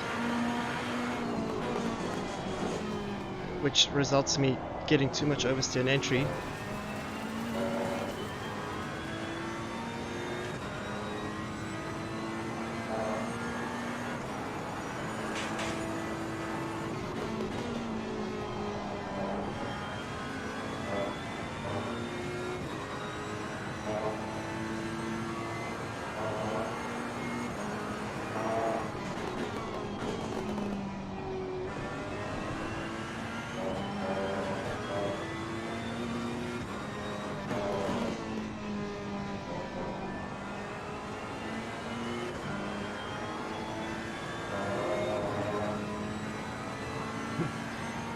Ciao, man. Thanks for watching.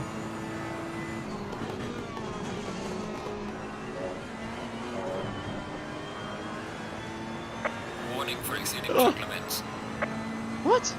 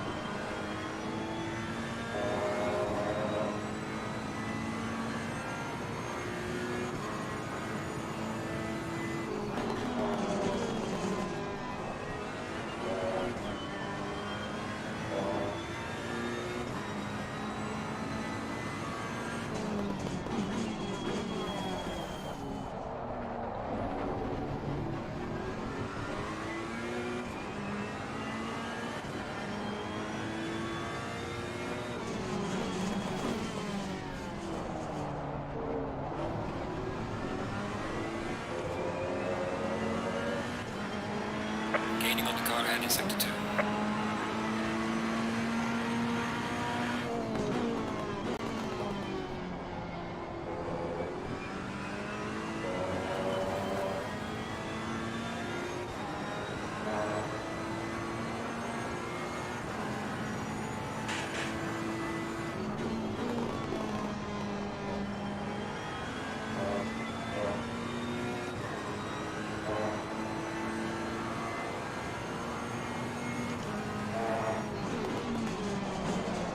Whoa, whoa, whoa, whoa.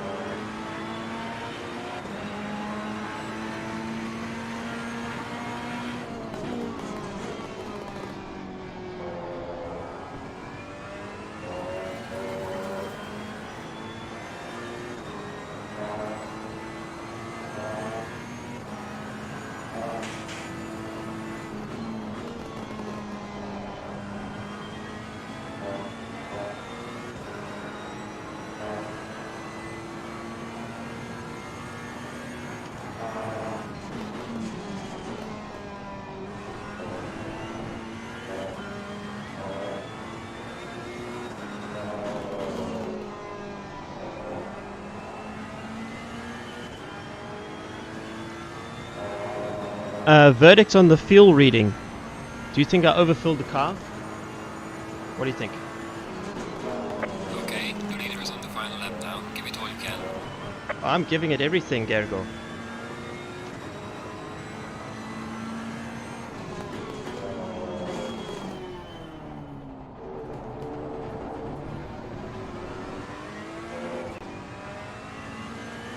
One more lap. I've got the fuel to do it. That is for sure.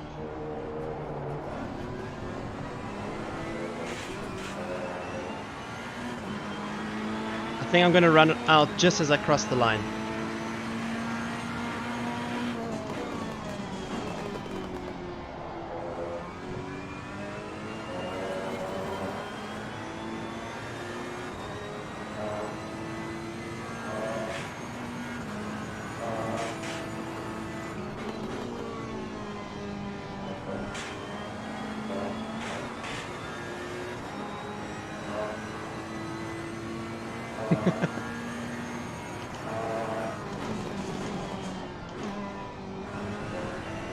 Woo!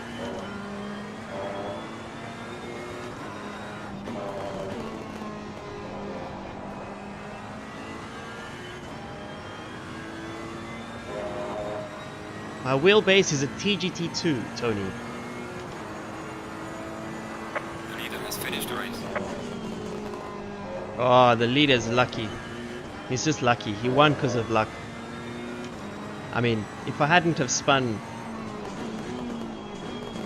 If I was just half a second quicker every lap, you know, I could have actually caught him and raced with him. I'm joking.